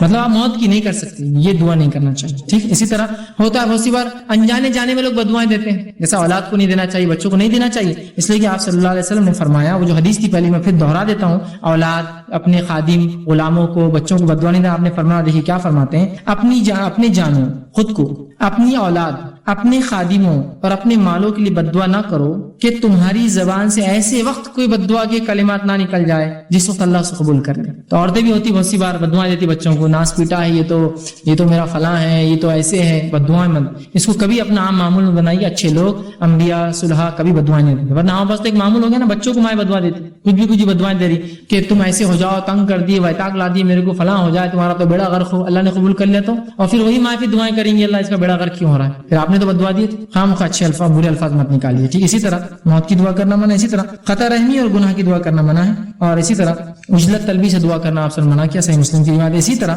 صحیح بخاری کی روایت, دعا مانگتے ہوئے اللہ کے ساتھ کسی نبی یا ولی یا بزرگ کے تھرو وہ کرنا کہ ان کے ذریعے ہوتا ہے, یہ شرک ہے. آپ صلی اللہ علیہ وسلم فرمایا, کہا, بخاری کی روایت ہے, اور فرمایا, جو شخص اس حالت میں مرا کہ دعا اللہ کے سوائے دوسروں کو شریک ٹھہراتا تھا, وہ جہنم میں جائیں گا. کتاب کہتے ہیں, اے فلاں کے تم فلاں کر سکتے ہو, تمہارے ذریعے سے شریک کر رہے آپ اللہ کے ساتھ, مطلب یہ بھی اتنا ہول رکھتے ہیں کہ اللہ کو منوا سکتے ہیں, شرک کر رہے ہیں آپ اس کا, تو یہ نہیں ہوں گے. اسی طرح حسن فرمایا, غیر اللہ سے دعا مانگنا سب سے بڑی گمراہی یاد رکھیے. اللہ کے علاوہ ہم دوسروں سے جو دعائیں کرتے ہیں یہ بہت بڑی گمراہی یاد رکھیے. دعا مانگتے وقت جو ہے ہمیں صرف اللہ سے مانگنا چاہیے. اور جو میں نے آیت آپ کے سامنے رکھی تھی بہر قرآن میں اللہ رب العزت نے سورہ مائدہ آیت میں 46 سے فرمایا کہ غیر اللہ سے جو مدد مانگتے ہیں دعائیں کرتے ہیں وہ بڑا شرک ہے. اللہ نے فرمایا ومن اضل ممن يدعو من دون الله من لا يستجيب له الى يوم القيامه وهم عن دعائهم غافلون. دیکھیے کیا فرمایا اللہ, اس شخص سے زیادہ گمراہ کون ہو سکتا ہے جو اللہ کو چھوڑ کر ان کو پکارے جو قیامت تک جواب نہیں دے سکتے بلکہ اس سے بھی بے خبر ہے کہ ان کو اللہ کے ساتھ شریک ٹھہرایا جا رہا ہے, ان کو پکارا جا رہا ہے. آج انہیں سے مانگتے ہیں نا جو سن بھی نہیں سکتے ہماری بات, بے خبر ہے ہماری باتوں سے. کہاں کہاں جا کے مانگ رہے ہیں آپ, جو سن بھی نہیں سکتا اس کو پتہ بھی نہیں چلے قیامت دن میرے کو شریک کر دیا تھا اس نے اللہ کے ساتھ. ٹھیک ہے, تو یہ دعا مانگنا حرام ہے. اسی طرح جو ہے اللہ رب العزت نے دعاؤں کے تعلق سے قرآن نے بڑی وہ ترغیب دلائی اور اللہ کے علاوہ دعا مانگنا بہت سخت گناہ بتایا. 2-3 آیتیں رکھ کے بات ختم کرتا ہے. اللہ رب العزت قرآن میں فرماتا ہے اور یوں کہتا ہے اللہ رب العزت نے فرمایا یا ایھا الناس ضرب مثل فاستمعوا له, اے لوگوں غور سے سنو, اے انسانوں غور سے سنو. اللہ تمہارے لیے ایک مثال دیتا ہے, ایک مثال دے رہا ہے. کیا مثال ہے سنی, ان الذين تدعون من دون الله لن يخلقون ذبابا ولو اجتمعوا له, کہ وہ لوگ جن کو تم اللہ کے علاوہ پکارتے ہو وہ ایک مکھی بھی پیدا نہیں کر سکتے. جو پیدا نہیں کر سکتا وہ سن بھی نہیں سکتا. وہ ایک مکھی بھی پیدا نہیں کر سکتے, اور مکھی پیدا کرنا تو دور, اگر مکھی ان کے سامنے سے کچھ لے کر اڑ جائے تو اس سے واپس چھیننے کی طاقت بھی نہیں رکھتے. بڑے کمزور ہے جو ایسوں سے مانگتے ہیں, اور بڑے کمزور ہے جو لوگ مانگنے والے ہیں. کتنا کمزور ہے نا. آپ کس سے مانگ رہے ہیں, جس کے سامنے چڑھاوے رکھے ہوئے ہیں, ایک مکھی لے جائے تو اٹھا کے مار بھی نہیں سکتا ہو. آپ اس سے مانگتے ہو جو مکھی پیدا نہ کر سکے, اس سے دعائیں کرتے ہو, جبکہ وہ مکھی اڑانے کی طاقت بھی نہیں رکھتا. جو شخص وہ خود غافل ہے آپ کی ان دعاؤں سے, قیامت کرو انکار کریں گے آپ کے شرک. اللہ میں نے تھوڑی کہا تھا ان سے مجھ سے مانگو, یہ تو یہ لوگ پکڑ لیے مجھے اس کے بعد. ٹھیک ہے, اسی طرح یہ جو سورہ حج کی آیت نمبر 73 اور 74 تھی. آگے اللہ رب العزت سورہ ابراہیم آیت نمبر معاف کرنا سورہ فاطر سورہ نمبر 35 آیت 14, 13 اور 14 فرماتا ہے والذین تدعون من دونه ما يملكون من قطمیر, وہ لوگ جو اللہ کے علاوہ کسی اور کو پکارتے ہیں دعاؤں میں انہوں نے تو ذرہ بھی پیدا نہیں کیا. ذرہ قطمیر کہتے ہیں کھجور کی گٹھلی کے اوپر ایک چھلکا آتا ہے پتلا, وہ بھی نہیں پیدا کیا انہوں نے تم جس سے دعا مانگتے ہو. ان تدعوهم لا يسمعوا, اور جب تم پکارتے ہو سن بھی نہیں سکتے ہو, بہرے ہو, ان کو سنے نہیں آتا ہے. دعاکم, تمہاری دعاؤں کو سنتے نہیں. ولو سمعوا ما استجابوا لكم, اور اگر سن بھی لے, کوئی زندہ ہے سن بھی لے تو تمہاری دعاؤں کو قبول نہیں کر سکتا, طاقت نہیں تھی قبول کرنے کی. آگے فرمایا وَيَوْمَ الْقِيَامَةِ يَكْفُرُونَ بِشِرْكِكُمْ, اور تمہارے اس عمل اس شرک سے انکار کریں گے روز قیامت. اللہ ہم نے نہیں بولا تھا ان کو ہم سے مانگو, یہ بعد والے ہم کو پکڑ لیے, تو اپنے شرک کا انکار کریں گے جو تم لوگوں نے کیا. وَلَا يُنَبِّئُكُمْ مِثْلُ خَبِيرٍ, اور فرماتا ہے حقیقت حال کی ایسی صحیح خبر تمہیں خبردار کے سوا اور کوئی نہیں دے سکتا. مطلب اللہ کے رسول جو بتا رہے ہیں ان پر ایمان لاؤ, یہ مشرکین کے لیے تھا, لیکن افسوس آج مسلمان اسے پڑھیں. اسی طرح سورہ نحل سورہ نمبر 16 آیت نمبر 20 اور 21 میں اللہ نے فرمایا والذین تدعون من دون اللہ لا يخلقون شیئا وهم يخلقون, تم اللہ کے علاوہ جن سے دعائیں کرتے ہو وہ خود پیدا کیے گئے ہیں, پیدا کرنے والے نہیں ہیں. تو جو پیدا ہوتا ہے دعا سن بھی نہیں سکتا ہے. کیا فرمایا لا يخلقون شیئا, انہوں نے کچھ پیدا نہیں, وهم يخلقون, وہ خود پیدا ہوئے. امواتا غیر احیاء, وہ مردہ ہے زندہ بھی نہیں جن سے تم مانگ رہے ہو. آج ہے نا ہمارا حال تو یہ, مردوں سے مانگ رہے ہیں, سوچتے ہیں کہ ہم سمجھے اللہ سنتا نہیں تو مردوں کی سنیں گا. تو کہا امواتا غیر احیاء, کہ وہ مردہ ہے زندہ بھی نہیں. احیاء وما یشعرون ایانا یبعثون, اور دوبارہ اٹھنے تک ان کو معلوم بھی نہیں ہوگا قیامت تک تم نے کیا کیا مانگا ان سے. تو ہم کوشش کریں خالص اللہ سے دعائیں کریں, اللہ کے علاوہ کسی کو شریک نہ کرے دعاؤں میں. دعا عبادت ہے, مستقل عبادت ہے, اور دعا اللہ ہر کسی کی دعا سنتا ہے. حکمت مصلحت کے تحت تھوڑا آگے پیچھے ہو جائے تو ہمیں اللہ سے ناراضگی یا دین و شریعت یا دعا کرنا چھوڑنا نہیں چاہیے.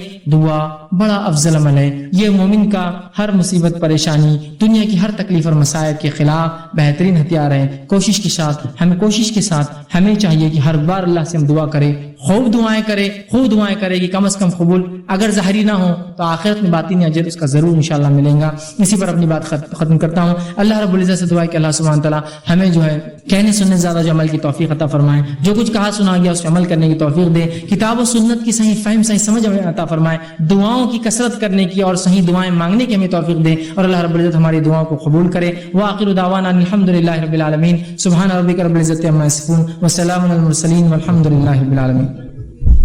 بسم اللہ الرحمن الرحیم. الحمدللہ رب العالمین, والصلاة والسلام علی خاتم النبیین والمرسلین. رب اشرح لی صدری ویسر لی امری واحلل عقدۃ من لسانی یفقہوا قولی. اما بعد, جی السلام علیکم.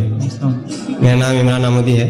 میرا یہ سوال پہلے جو صابر صاحب نے جو درج دیا اس پہ ہے کہ انہوں نے کہا کہ جو سوال جواب آمنے سامنے ہوں گے, اللہ کے روبرو کھڑے رہ کے ہو گئے, تو اس میں کوئی پردہ نہیں ہوگا, جبکہ جب میرے معلومات میں یہ تھا کہ اللہ کا دیدار صرف جنت ہی کرے گا, تو اس کے بارے میں تھوڑی بتا سکتے. میں نے ایک سوال کیا تھا پچھلے عنوان کے تعلق سے کہ اللہ رب العزت کا دیدار سوال آمنے سامنے ہوگا, لیکن انہوں نے کہا کہ میں نے پڑھا کہ اللہ کا دیدار تو صرف مومن کریں گے. تو دیکھیے وہ اسی معنی میں کہ دیدار صرف مومن کریں گے, لیکن ہر بار آمنے سامنے ہونے سے مراد نہیں کہ ظاہر ہو اللہ رب العزت ان پر. بات سمجھ رہے ہیں آپ؟ جیسا مثال کے طور پر میں کسی خاتون سے بات کروں ہم آمنے سامنے, لیکن کیا میں اس کا دیدار کر سکتا ہوں؟ اگر غیر محرم ہو تو پردے میں ہوتی ہو, حالانکہ آمنے سامنے ہے, بات چیت ہو رہی ہے, لیکن وہ پردہ جو ہے وہ آڑ بن گیا ہمارے لیے. سمجھے آپ بات کو؟ تو آمنے سامنے سے مراد اللہ رب العزت کے وہ سامنے حاضر ہوں گے, لیکن وہ اللہ کو دیکھ نہیں پائیں گے. تو ہر بار کسی چیز کے سامنے حاضر ہونے کا مراد اس کو دیکھنے میں بھی نہیں. ایسا مثال کے طور پر آپ کسی کے سامنے حاضر ہوئے اور انٹرویو دیا, لیکن وہ شخص انٹرویو لینے والا آپ کے سامنے نہیں تھا, وہ آپ کو کہیں اور سے بیٹھ کر دیکھ رہا تھا. ٹھیک ہے, تو اسی معنی میں ہے کہ حاضر ہوں گے مطلب اللہ کے سامنے جائیں گے. اس کا معنی ضروری نہیں کہ اللہ کو دیکھیں گے, اور صرف مومن ہی ہوں گے جو روز قیامت اللہ رب العزت کا دیدار کریں گے. ٹھیک, بعد میں اس کا ادراک نہیں کریں گے, صرف دیدار کریں گے. جس طرح سے 14ویں کے چاند کو ہم دیکھتے ہیں, اسی طرح اللہ کے رسول صلی اللہ علیہ وسلم فرمایا کہ ہم جو اللہ رب العزت کو 14ویں کے چاند کی طرح دیکھ سکتے. ٹھیک, اسی معنی میں. السلام علیکم. فیض بھائی میرا سوال پہلے عنوان پہ ہے کہ جس میں دعا کے تعلق سے جو انہوں نے فرمایا تھا کہ صابر محمدی جی نے کہ علم کا حاصل کرنا بہت ہی یہ ہے, اور ماشاءاللہ ہم دیکھ رہے ہیں کہ بہت سارے لوگ علم حاصل کر رہے ہیں, مگر کیا صرف علم سیکھنے کے بعد میں اس پہ عمل نہیں کیا تو اس کے کیا یہ ہوں گے؟ جیسا کہ علامہ اقبال نے فرمایا مسجدیں بنا لی ایمان کی حرارت میں, دل اپنا پرانا پاپی کبھی نمازی نہ بن سکا. تو اس کی ذرا عمل کے تعلق سے آپ پوچھنا چاہ رہے ہیں؟ جی, علم حاصل کر لیا پر اس پہ عمل نہیں کیا. میں نے ایک سوال ہے کہ پچھلے عنوان کے تعلق سے کہ انسان نے علم حاصل کیا عمل نہ کیا, تو اس تعلق سے دیکھیے اس کا معنی یہ کہ انسان ہرگز معنی یہ نہیں ہے کہ انسان اب اس بات کو سن کے علم حاصل نہ کرے, اس لیے کہ حاصل کریں گے تو کچھ ہوں گی. بہت سے لوگ ایسے ہوتے ہیں. جب میں کالج میں تھا ایک بچے کو ایک بار وہ گانا گا رہا تھا, میں نے اسے کہا گانا گانا درست نہیں, تو اس نے کان میں ہاتھ ڈالے, کہا سنے تو عمل کرنا پڑے گا نا. میں سنا نہیں ابھی وہ. ٹھیک, ہرگز یہ معنی نہیں ہے کہ علم حاصل کرے تو عمل کرنا پڑے گا, بلکہ معنی یہ کہ علم حاصل کرو, علم حاصل کرنا ہے, اور پھر جتنا علم حاصل کریں گے اس کے مطابق عمل کرنے کی کوشش کرنا ہے. اس لیے کہ مکمل طور سے کوئی بھی انسان عمل کر نہیں پائیں گا, مکمل طور سے کوئی انسان 100% مسلمان نہیں بن سکتا. ہم مکمل اپنی زندگی کے خاتمے تک اسلام پر عمل کرنے کی کوشش ہی کرتے رہیں گے اور چلے جائیں گے دنیا سے. سمجھ رہے ہیں بات کو؟ تو لہٰذا اس کا معنی یہ کہ علم خوب حاصل کرو تاکہ شرک بدعت خرافات برائی سے بچو, اور اس کے بعد جتنا علم حاصل کیا کوشش کرو کہ جتنا ہو سکتا اس پر عمل کو, خطا انشاءاللہ معاف ہو جائیں گے.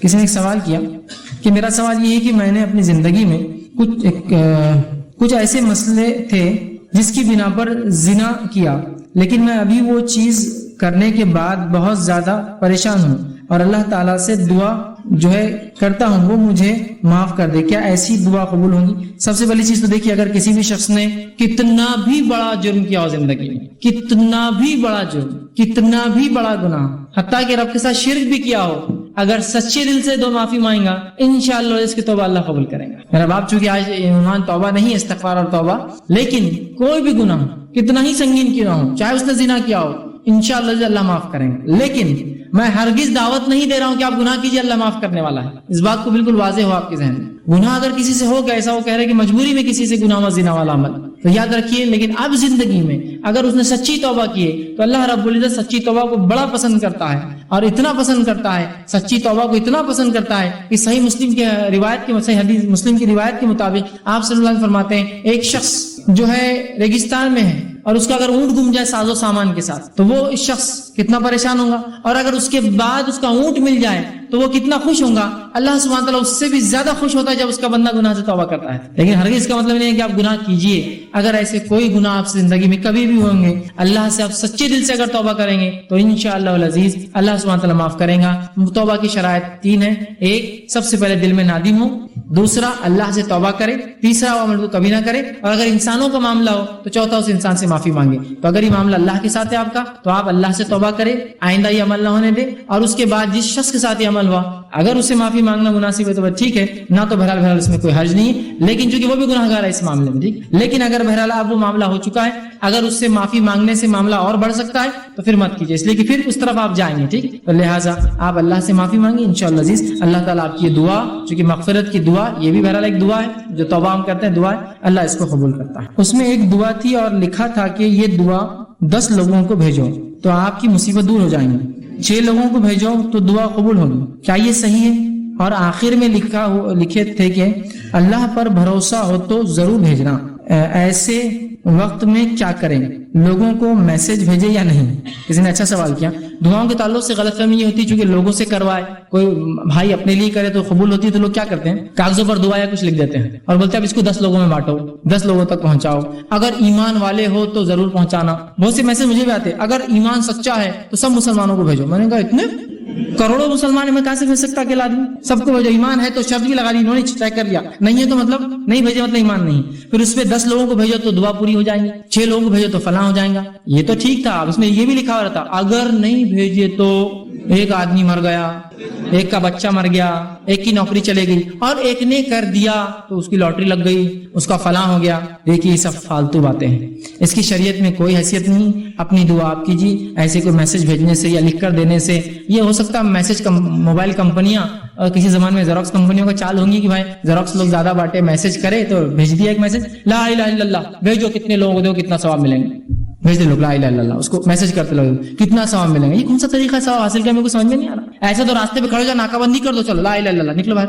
لا الہ الا اللہ نکلو، کتنا ثواب مل رہا ہے، کتنا ثواب ملیں گے؟ ہر دن اپنے محلوں کو روک دو، ہر مسلمان آنے لا الہ پڑھو، آگے جاؤ، چلو لا الہ پڑھو، کتنا ثواب ملیں گے؟ کوئی لاجک ہے اس کے پیچھے؟ مطلب کوئی سمجھ میں نہیں آ رہا یہ چیز کیا ہے۔ تو بہرحال یہ بے بنیاد چیزیں ہوتی ہے، اس کی کوئی حقیقت نہیں ہے، نہ ہی اس کو فارورڈ کرے، اور بچہ مر گیا یہ سب فالتو بات ہے، صرف آپ کو ڈرایا جا رہا ہے، اور لگا بھی تو کیا لگتا ہے، سب کی لاٹریاں لگتی ہے، حرام چیزیں لگتی ہے، ایک نے کیا اس کی لاکھ کی لاٹری حرام چیزیں لگی بھی تو حلال نہیں ملا اسے کچھ، ٹھیک ہے۔ تو بہرحال یہ بے بنیاد ہے، ایسے چیزوں کو لے کر آپ کہے آپ بہت ایمان والے بولنا، آپ کے پاس ہی رکھیے، اتنا ایمان ہمارا نہیں بولنا، آپ ہی بانٹ دیجیے، کہ تو وہاں لکھا ہوا میں نے بھی دیکھا ہے اللہ پہ بھروسہ ہے تو ضرور بھیجنا، مسلمان ہے تو ضرور بھیجنا، نبی سے محبت ہے تو ضرور بھیجنا، عاشق رسول ہے تو ضرور بھیجنا۔ یہ شرائط کا کے لیے، اور کیوں میں آپ کے سامنے اظہار کروں میری محبت کا؟ کوئی ضروری ہے آپ کے سامنے بتانا میں کتنا اپنے نبی سے محبت کرتا ہوں؟ ٹھیک ہے، تو بہرحال یہ بے بنیاد چیزیں ہوتی ہے، اس کو آپ ذہن سے چھوڑے اور ایسے میسج کو ڈیلیٹ کر دیں، اس کا کوئی حقیقت نہیں ہوتی، یاد رکھیے۔ جی السلام علیکم فیض بھائی، آج کل جو ہے تو ایک عام بات ہو گئی ہے کہ ایک دوسرے سے جب ملاقات کرتے ہیں جاتے وقت کہتے ہیں کہ دعا میں یاد رکھنا، اس طرح کہنا درست ہے؟ بھائی نے سوال کیا کہ اکثر لوگ جب ملتے ہیں تو ایک دوسرے سے کہتے ہیں دعا میں یاد رکھنا، تو کیا درست ہے؟ تو دیکھیے یہ بھی ایک سنت طریقہ ہے کہ کسی کو آپ ملے یا کوئی حج کو جا رہا، عمرے کو جا رہا، یا کوئی عام آدمی ملے تو آپ یہ کہہ سکتے کہ مجھے دعا میں یاد رکھنا، اس میں انشاءاللہ کوئی حرج نہیں کہ کوئی انسان کسی دوسرے شخص کو یہ کہے کہ مجھے دعا میں یاد رکھو، جیسے کہ آپ صلی اللہ علیہ وسلم نے فرمایا عمر ابن خطاب رضی اللہ عنہ سے، اور وہ حدیث کے راوی کو کہتے ہیں کہ آپ نے فرمایا کہ اللہ کے بندوں میں ایک بندہ ہے جو قرن قبیلے کا ہے، صحیح بخاری کی روایت ہے، اگر وہ اللہ کے نام پہ وہ قسم اٹھا لے تو اللہ اس کی قسم پوری کر دیتا ہے، اس کی بات سن لیتا ہے، اگر تمہیں ملے تو ضرور اسے دعا کروانا، جسے پتا چلا آپ لوگوں سے دعائیں کروا سکتے ہیں، ٹھیک ہے، اگر تمہیں دعا کرانا۔ عمر بن خطاب رضی اللہ عنہ کے دور میں وہ آئے جن کا نام اویس تھا، قرن قبیلے کا، اویس قرنی، بہرحال ان کے بارے میں بہت سی غلط فلط ایسی ویسی باتیں ہیں، حقیقت یہ ہے بس اتنا ہی واقعہ آتا صحیح بخاری میں ان کے تعلق سے۔ تو جب وہ ملے آپ عمر بن خطاب رضی اللہ عنہ کو، تو آپ نے ان سے ملے اور کہا کہ مجھے دعا میں یاد رکھنا، اس لیے کہ آپ صلی اللہ علیہ وسلم آپ کے بارے میں یہ کہا تھا، ٹھیک ہے بات سمجھ؟ تو آپ اس معاملے سے یا بہت سی اور بھی روایت میں جہاں آپ نے خود دوسرے صحابہ سے کہا، تو اس سے ہم سمجھ سکتے ہیں کہ آپ کسی نیک متقی آدمی کو ملے تو کہہ سکتے دعا میں یاد رکھو، انشاءاللہ جس میں کوئی برائی نہیں ہے اور کوئی قباحت والا معاملہ نہیں۔ اس نے ایک سوال کیا، دعا ختم ہونے کے بعد بہت سارے لوگ کہتے ہیں کہ میرے نبی کے صدقے سے اس کی دعا کو قبول کر، کیا یہ کہنا درست ہے یا غلط؟ آپ صلی اللہ علیہ وسلم کا وسیلہ مانگنا چاہیے یا نہیں، مانگنا ہے یا نہیں؟ بڑا اچھا سوال کیا جس نے بھی کیا۔ پہلی چیز تو یہ، بہت سے لوگ اپنی دعا کے خاتمے میں اے اللہ اس دعا کو نبی کے صدقے، وسیلے، طفیل، واسطے اور پتہ نہیں کیا کیا اس کے الفاظ ہوتے ہیں اس سے قبول کر، تو کیا یہ درست ہے؟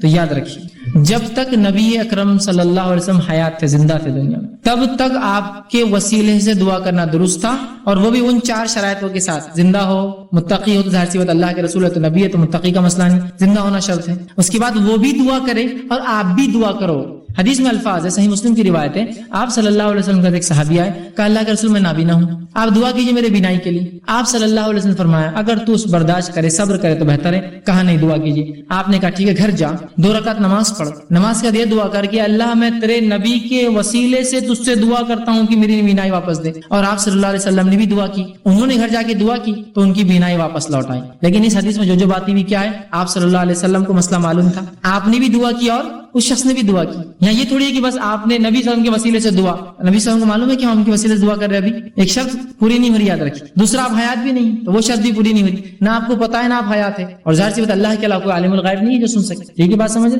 تو لہٰذا اپنی دعاؤں کے آخر میں یہ کہنا کہ نبی کے وسیلے سے, آپ صلی اللہ علیہ وسلم جب تک حیات تھے صحابہ نے آپ کے وسیلے سے دعا کی, کروائی بھی. لیکن آپ کی وفات کے بعد کا ایک واقعہ سناتا ہوں.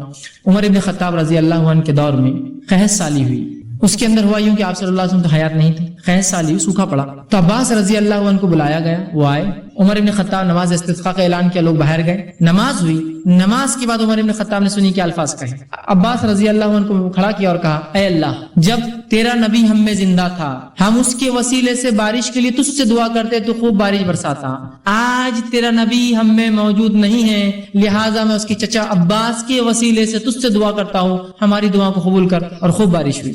پتا کیا چلا اس سے, نبی حیات تھے تو ان کے وسیلے سے دعا ہو رہی تھی, جانے کے بعد کس کے وسیلے سے ہوئی, جو زندہ متقی انسان تھے, عباس ان کے چچا. تو اب ہمارا یہ کہنا نبی کے وسیلے اور واسطے سے اب درست ہوگا کیا بتائیے. عمر ابن خطاب نے آپ کی وفات کے بعد نہیں کیا تو ہم 14 سال بعد کر سکتے ہیں کہ بتائیے. صحابہ میں سے کسی نے بھی رسول کی وفات کے بعد, میں پھر کہہ رہا ہوں آپ کی زندگی میں بہت سے وسیلے لیے, انتقال کے بعد کبھی یہ کہا کہ رسول کے وسیلے سے, واسطے سے, طفیل سے, صدقے طفیل سے, پتہ نہیں یہ کیا لفظ ہے, تو مانگتے ہیں, یہ درست نہیں. اس لیے میں نے پہلے کہا اپنی دعا آپ مانگیے, اللہ رب العزت سب کی دعائیں سنتا ہے, یاد رکھیں. اور کسی کے واسطے کہ اللہ کو ضرورت نہیں ہے. اس آیت میں سورہ بقرہ کہ اللہ نے خل کا لفظ بھی نکال دیا, نبی کو اتنا بھی نہیں دیا, کہا سیدھے سنتا ہوں میں تمہاری. خل بھی نہیں کہا کہہ دو ان سے کہ میں دعائیں سنتا ہوں, سیدھا کہا یہ مجھ سے تم سے پوچھتے دعا, مجھ سے پوچھتے کہاں میرے بارے میں تو کہہ دو میں ان سے قریب ہوں, اور جس کی دعا جو مانگتا ہے میں اس کی دعا سنتا. یہ نہیں کہا کہ تم کہہ دو, ہاں لفظ ہی نہیں خل کا, جبکہ دوسری جگہ ملیں گے آپ کے لفظ. سمجھ رہے آپ بات کو. تو لہٰذا آپ سیدھے اللہ سے مانگتے ہیں, اللہ سیدھے دے سکتا ہے. جو صدقے یا طفیل سے یا وسیلہ جو بھی آپ کا مانگا گیا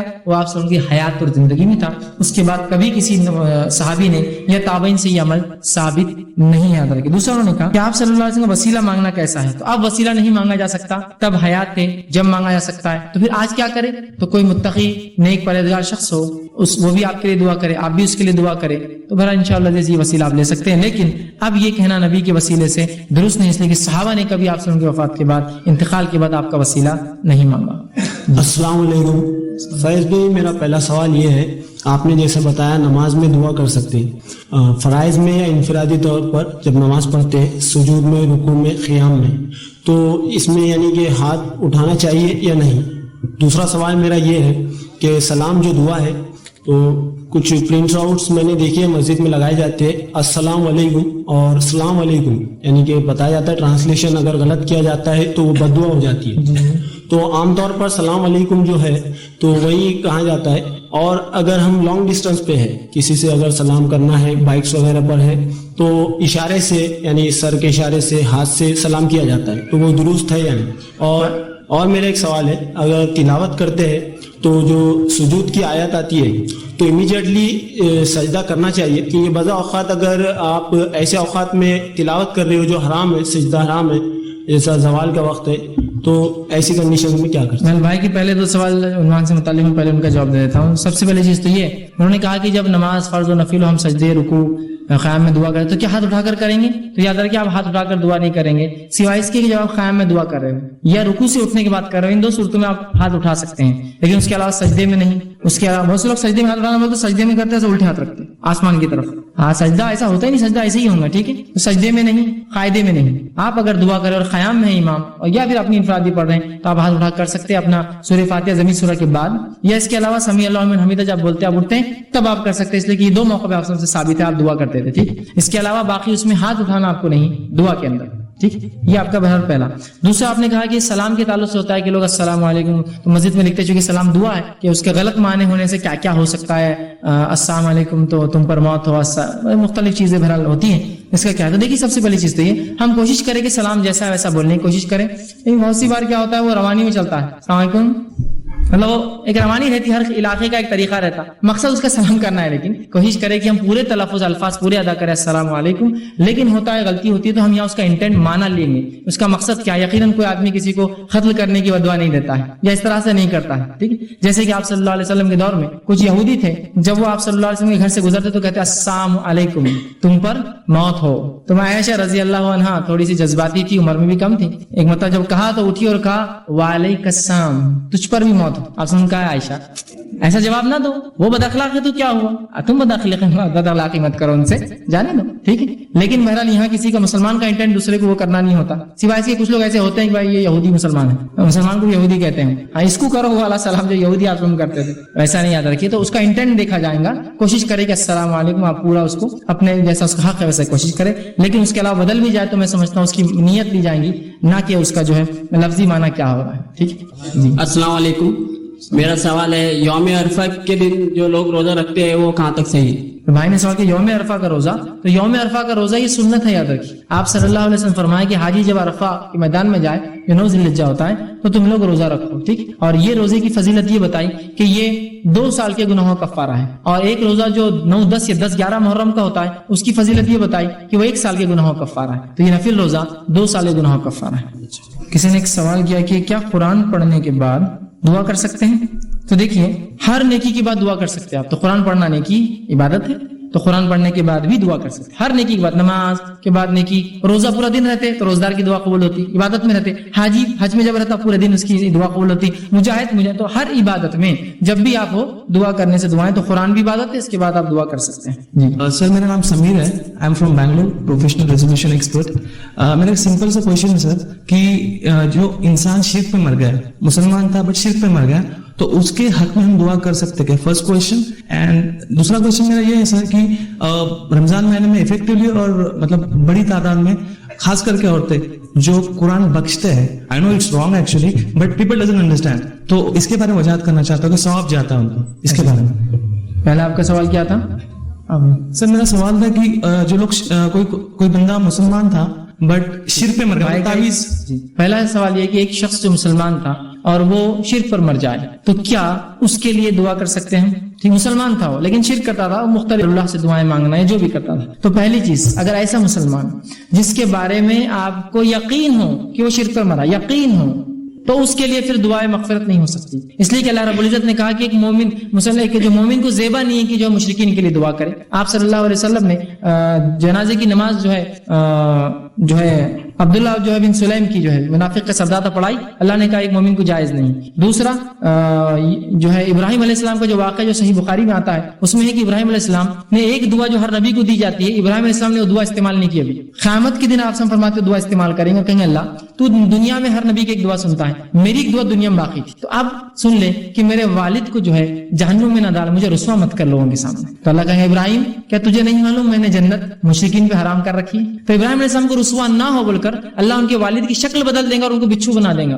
تاکہ لوگوں کو محسوس نہ ان کے والد گئے، اتنا تسکین دیں گا، لیکن نجات نہیں ہے، اٹھا کر ان کے والد جہنم میں بچھو کی شکل میں ڈال دی جائیں گے. تو شرک پر اگر مر گیا ہو، یقینی آپ کو معلوم ہے تو الگ بات ہے. اور اگر ایک مسلمان تھا، آپ کو پتا ہے بوڑھا رہا، زندگی میں شرک کرتا تھا، مرتے وقت لیکن آپ کو حالات نہیں پتا ہے، ہو سکتا ہے 1 دن پہلے توبہ کی ہوں گی، 2 دن پہلے کی ہوں گی، تو اس معاملے میں مغفرت کی دعا کرتے رہیے. لیکن جس پہ یقین ہے 100% کہ یہ شرک پر مرا اور مرتے وقت بھی اللہ کو چھوڑ کر دوسروں کو یا بول کر چلاتا رہا، تو بہرحال پھر اس معاملے میں اس آدمی کی آپ وہ نہیں کریں گے. دوسرا سوال یہ تھا کہ جو رمضان میں عورتیں قرآن پڑھ کر بخشتی ہے تو کیا یہ قرآن بخشا جاتا ہے؟ تو یاد رکھیں قرآن ایک ایسی عبادت ہے جس کو انسان کو اپنی زندگی میں ذاتی طور سے کرنا ہوگا، یہ بخشا نہیں جاتا ہے، ایصال اور ٹرانسفر نہیں کیا جا سکتا. حالانکہ کچھ بدنی عبادتیں ٹرانسفریبل ہے، لیکن یہ بدنی عبادت ٹرانسفر، جیسا میری نماز آپ پڑھ سکتے ہیں مرنے کے بعد یا میری اولاد پڑھ سکتی نہیں، تو قرآن بھی اس میں سے. ہاں جو ٹرانسفریبل عبادتیں وہ کیا ہے؟ آپ حج کر سکتے ہیں، ان کا عمرہ کر سکتے ہیں، یا پھر ان کے نظر کے روزے بچے تو رکھ سکتے ہیں، لیکن اس کے علاوہ قرآن پڑھ کر بھیجنا یا نماز پڑھ کر بھیجنا یا وہ سب چیزیں بہرحال ایصال نہیں ہوتی.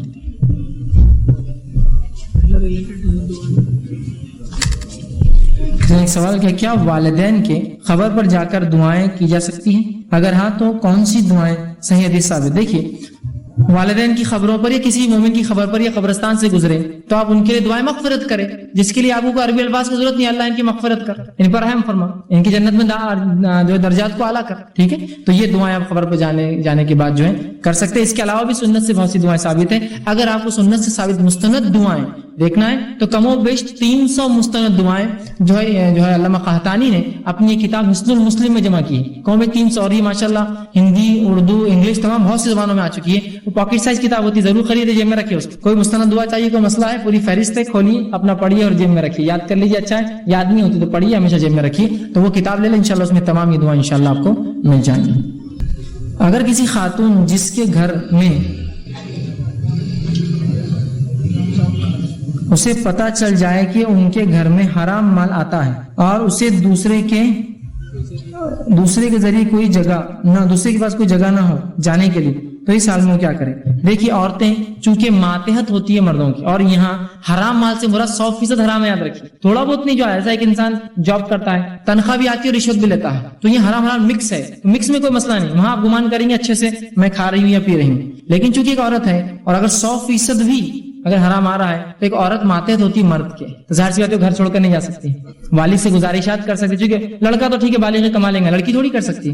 تو یہاں وہ مجبور ہے، تو انشاءاللہ عزیز اللہ تعالیٰ اس کی اس کراہت کو دیکھیں گا کہ کس کراہت سے وہ رہ رہی ہے، کہ وہ جانتی ہے 100% باپ کی کمائی، 100% شوہر کی کمائی حرام ہے. اب نکاح ہو گیا، باپ کے ماتحت ہے، شادی نہیں ہوتی، کیا کریں گی؟ کہیں جا کے رہ نہیں سکتی ہے. تو یہاں وہ ہر بار تاکید کریں گی اور صرف اتنا پیسہ استعمال کریں گے اپنے گھر والوں کا جتنا ضرورت ہے، اس سے زیادہ نہیں. سمجھے آپ؟ اس لیے کہ وہ حرام ہے، اس کو پتا ہے. لیکن 100% شرط ہے، جہاں 100% اور عورت ہے تو مجبور ہے اس کو وہیں رہنا ہے دل میں کراہت رکھتے ہوئے. اور جہاں معاملہ مکس ہے تو انشاءاللہ امید کیجیے کہ میں حلال سے کھا رہی ہوں، حلال سے پہن رہی ہوں، اور جو حرام آ رہا ہے وہ اپنے لیے استعمال کر رہے ہیں. السلام علیکم. یہ جو جنگ بدر میں کوئی بولتے 313 صحابی ہے، کوئی بولتے 319 ہے، کوئی بولتے 321 ہے، تو تینوں میں کون سا صحیح ہے؟ دیکھیے، جنگی بدر میں جو صحابہ کی تعداد ہے، عربی میں جو لفظ اس کے لیے استعمال ہوتا ہے اس کا معنی ہوتا ہے 311، 313، 315، 317 یا 319 میں سے کچھ تعداد تھی. اس کے لیے 313 کا لفظ نہیں عربی میں. عربی میں جو لفظ استعمال ہوا ہے وہ ہوتا ہے کہ 310 سے اوپر اور 320 سے نیچے کی تعداد تھی وہ صحابہ کی. تو وہ 11 ہو سکتی ہے، 313 ہو سکتی ہے، 315 ہو سکتی ہے، 317 ہو سکتی ہے، 319 ہو سکتی ہے، 300. ٹھیک ہے. تو عمر ابن خطاب کی جو حدیث ہے اس میں انہوں نے کہا 319 تھے ہم، کچھ صحابہ نے کہا 313 تھے، کچھ نے کہا 317 تھے. مطلب وہ تعداد کم و بیش 9 لوگوں کے یا 7 لوگوں کے ڈفرنس سے یا 6 لوگوں کے ڈفرنس سے تھی کہ 313 سے 319 کے بیچ میں وہ تعداد تھی. کسی نے کہا آگے سوال کیا کیا ہم نامحرم سے دعا کیسے نامحرم کے لیے دعا کر سکتے ہیں؟ تو یاد رکھیے، انسان کسی بھی انسان کے لیے دعا کر سکتا ہے. کوئی محرم ہو، جیسے مثال تو کوئی دعا کرے اللہ امت مسلمہ کی خواتین کے ساتھ اچھا معاملہ کر، ان کے ساتھ اچھے رشتے ہوتا ہے نا، پریشان ہے بچیوں کے ساتھ اچھا، تو مسئلہ وہ نامحرم ہے لیکن دعا کر سکتے ہیں. ٹھیک ہے. تو کوئی انسان نہ ہو، لیکن اگر آپ کا خاص سوال ہے کہ یہ خاص نامحرم کیا اس کے لیے میں دعا کر سکتا ہوں؟ بہت سے نوجوان ہوتے ہیں بس ان کی دعائیں کیا ہوتی ہے، کالج اسکول سے نکل گئے، کالج میں چلے گئے تو ایک خاص کوئی لڑکی ان کو پسند آتی ہے تو اس کے لیے پوری دعائیں، اور لڑکی کو لڑکا پسند اس کے لیے خاص دعائیں. ایسا نہیں کرنا چاہیے. اس لیے کہ آپ اپنی دعاؤں کو کیوں کبھی کبھار بددعا کی شکل میں کر رہے ہیں؟ آپ کو نہیں پتا، آپ خیر کی دعا کیجیے. اور اللہ نے ویسے حالات لائے کہ آپ کے نکاح کے لیے گھر والے تیار ہے، تب آپ ڈھونڈ سکتے ہیں لڑکیاں. آپ پہلے سے طے کر کے رکھیں گے کیا ہوگا تو نہیں چلیں گے، جبکہ آپ کے گھر والے بھی راضی نہیں اس عمل کے لیے. تو بہرحال عام اعتبار سے کوئی بھی شخص کسی کے لیے بھی دعائیں کر سکتا ہے خیر کی. بس انشاءاللہ یہ ہم آخری سوال لیں گے تاکہ السلام علیکم. میرا سوال ہے نماز استخار کا کیا طریقہ ہے؟ نماز استسقاء، بارش کی نماز. پہلے سوال کہ بارش کی نماز کا کیا طریقہ ہے، تو دیکھیے یہ بارش کی نماز دعا ہے در حقیقت. آپ گھر سے نکلیں گے اور کسی کھلے میدان علاقے اس میں جائیں گے، اس کے بعد کوئی اقامت کوئی اس میں وہ نہیں ہوگی، امام کھڑا ہوگا، 2 رکعت نماز پڑھائیں گا. نماز پڑھانے کے بعد وہ الٹے ہاتھ رکھ کے دعا کریں گا. ٹھیک ہے. اگر چادر اوڑھ کے گیا تو چادر کا رخ بدلیں گا، آپ چادر بدلیں گے تو الٹی کو سیدھی الٹی آپ نے کیا، مطلب اللہ حالت بدلے، ہمارے ہاتھ کو الٹا کرتے اور دعا کرتے لوگ آمین کہتے. یہ نماز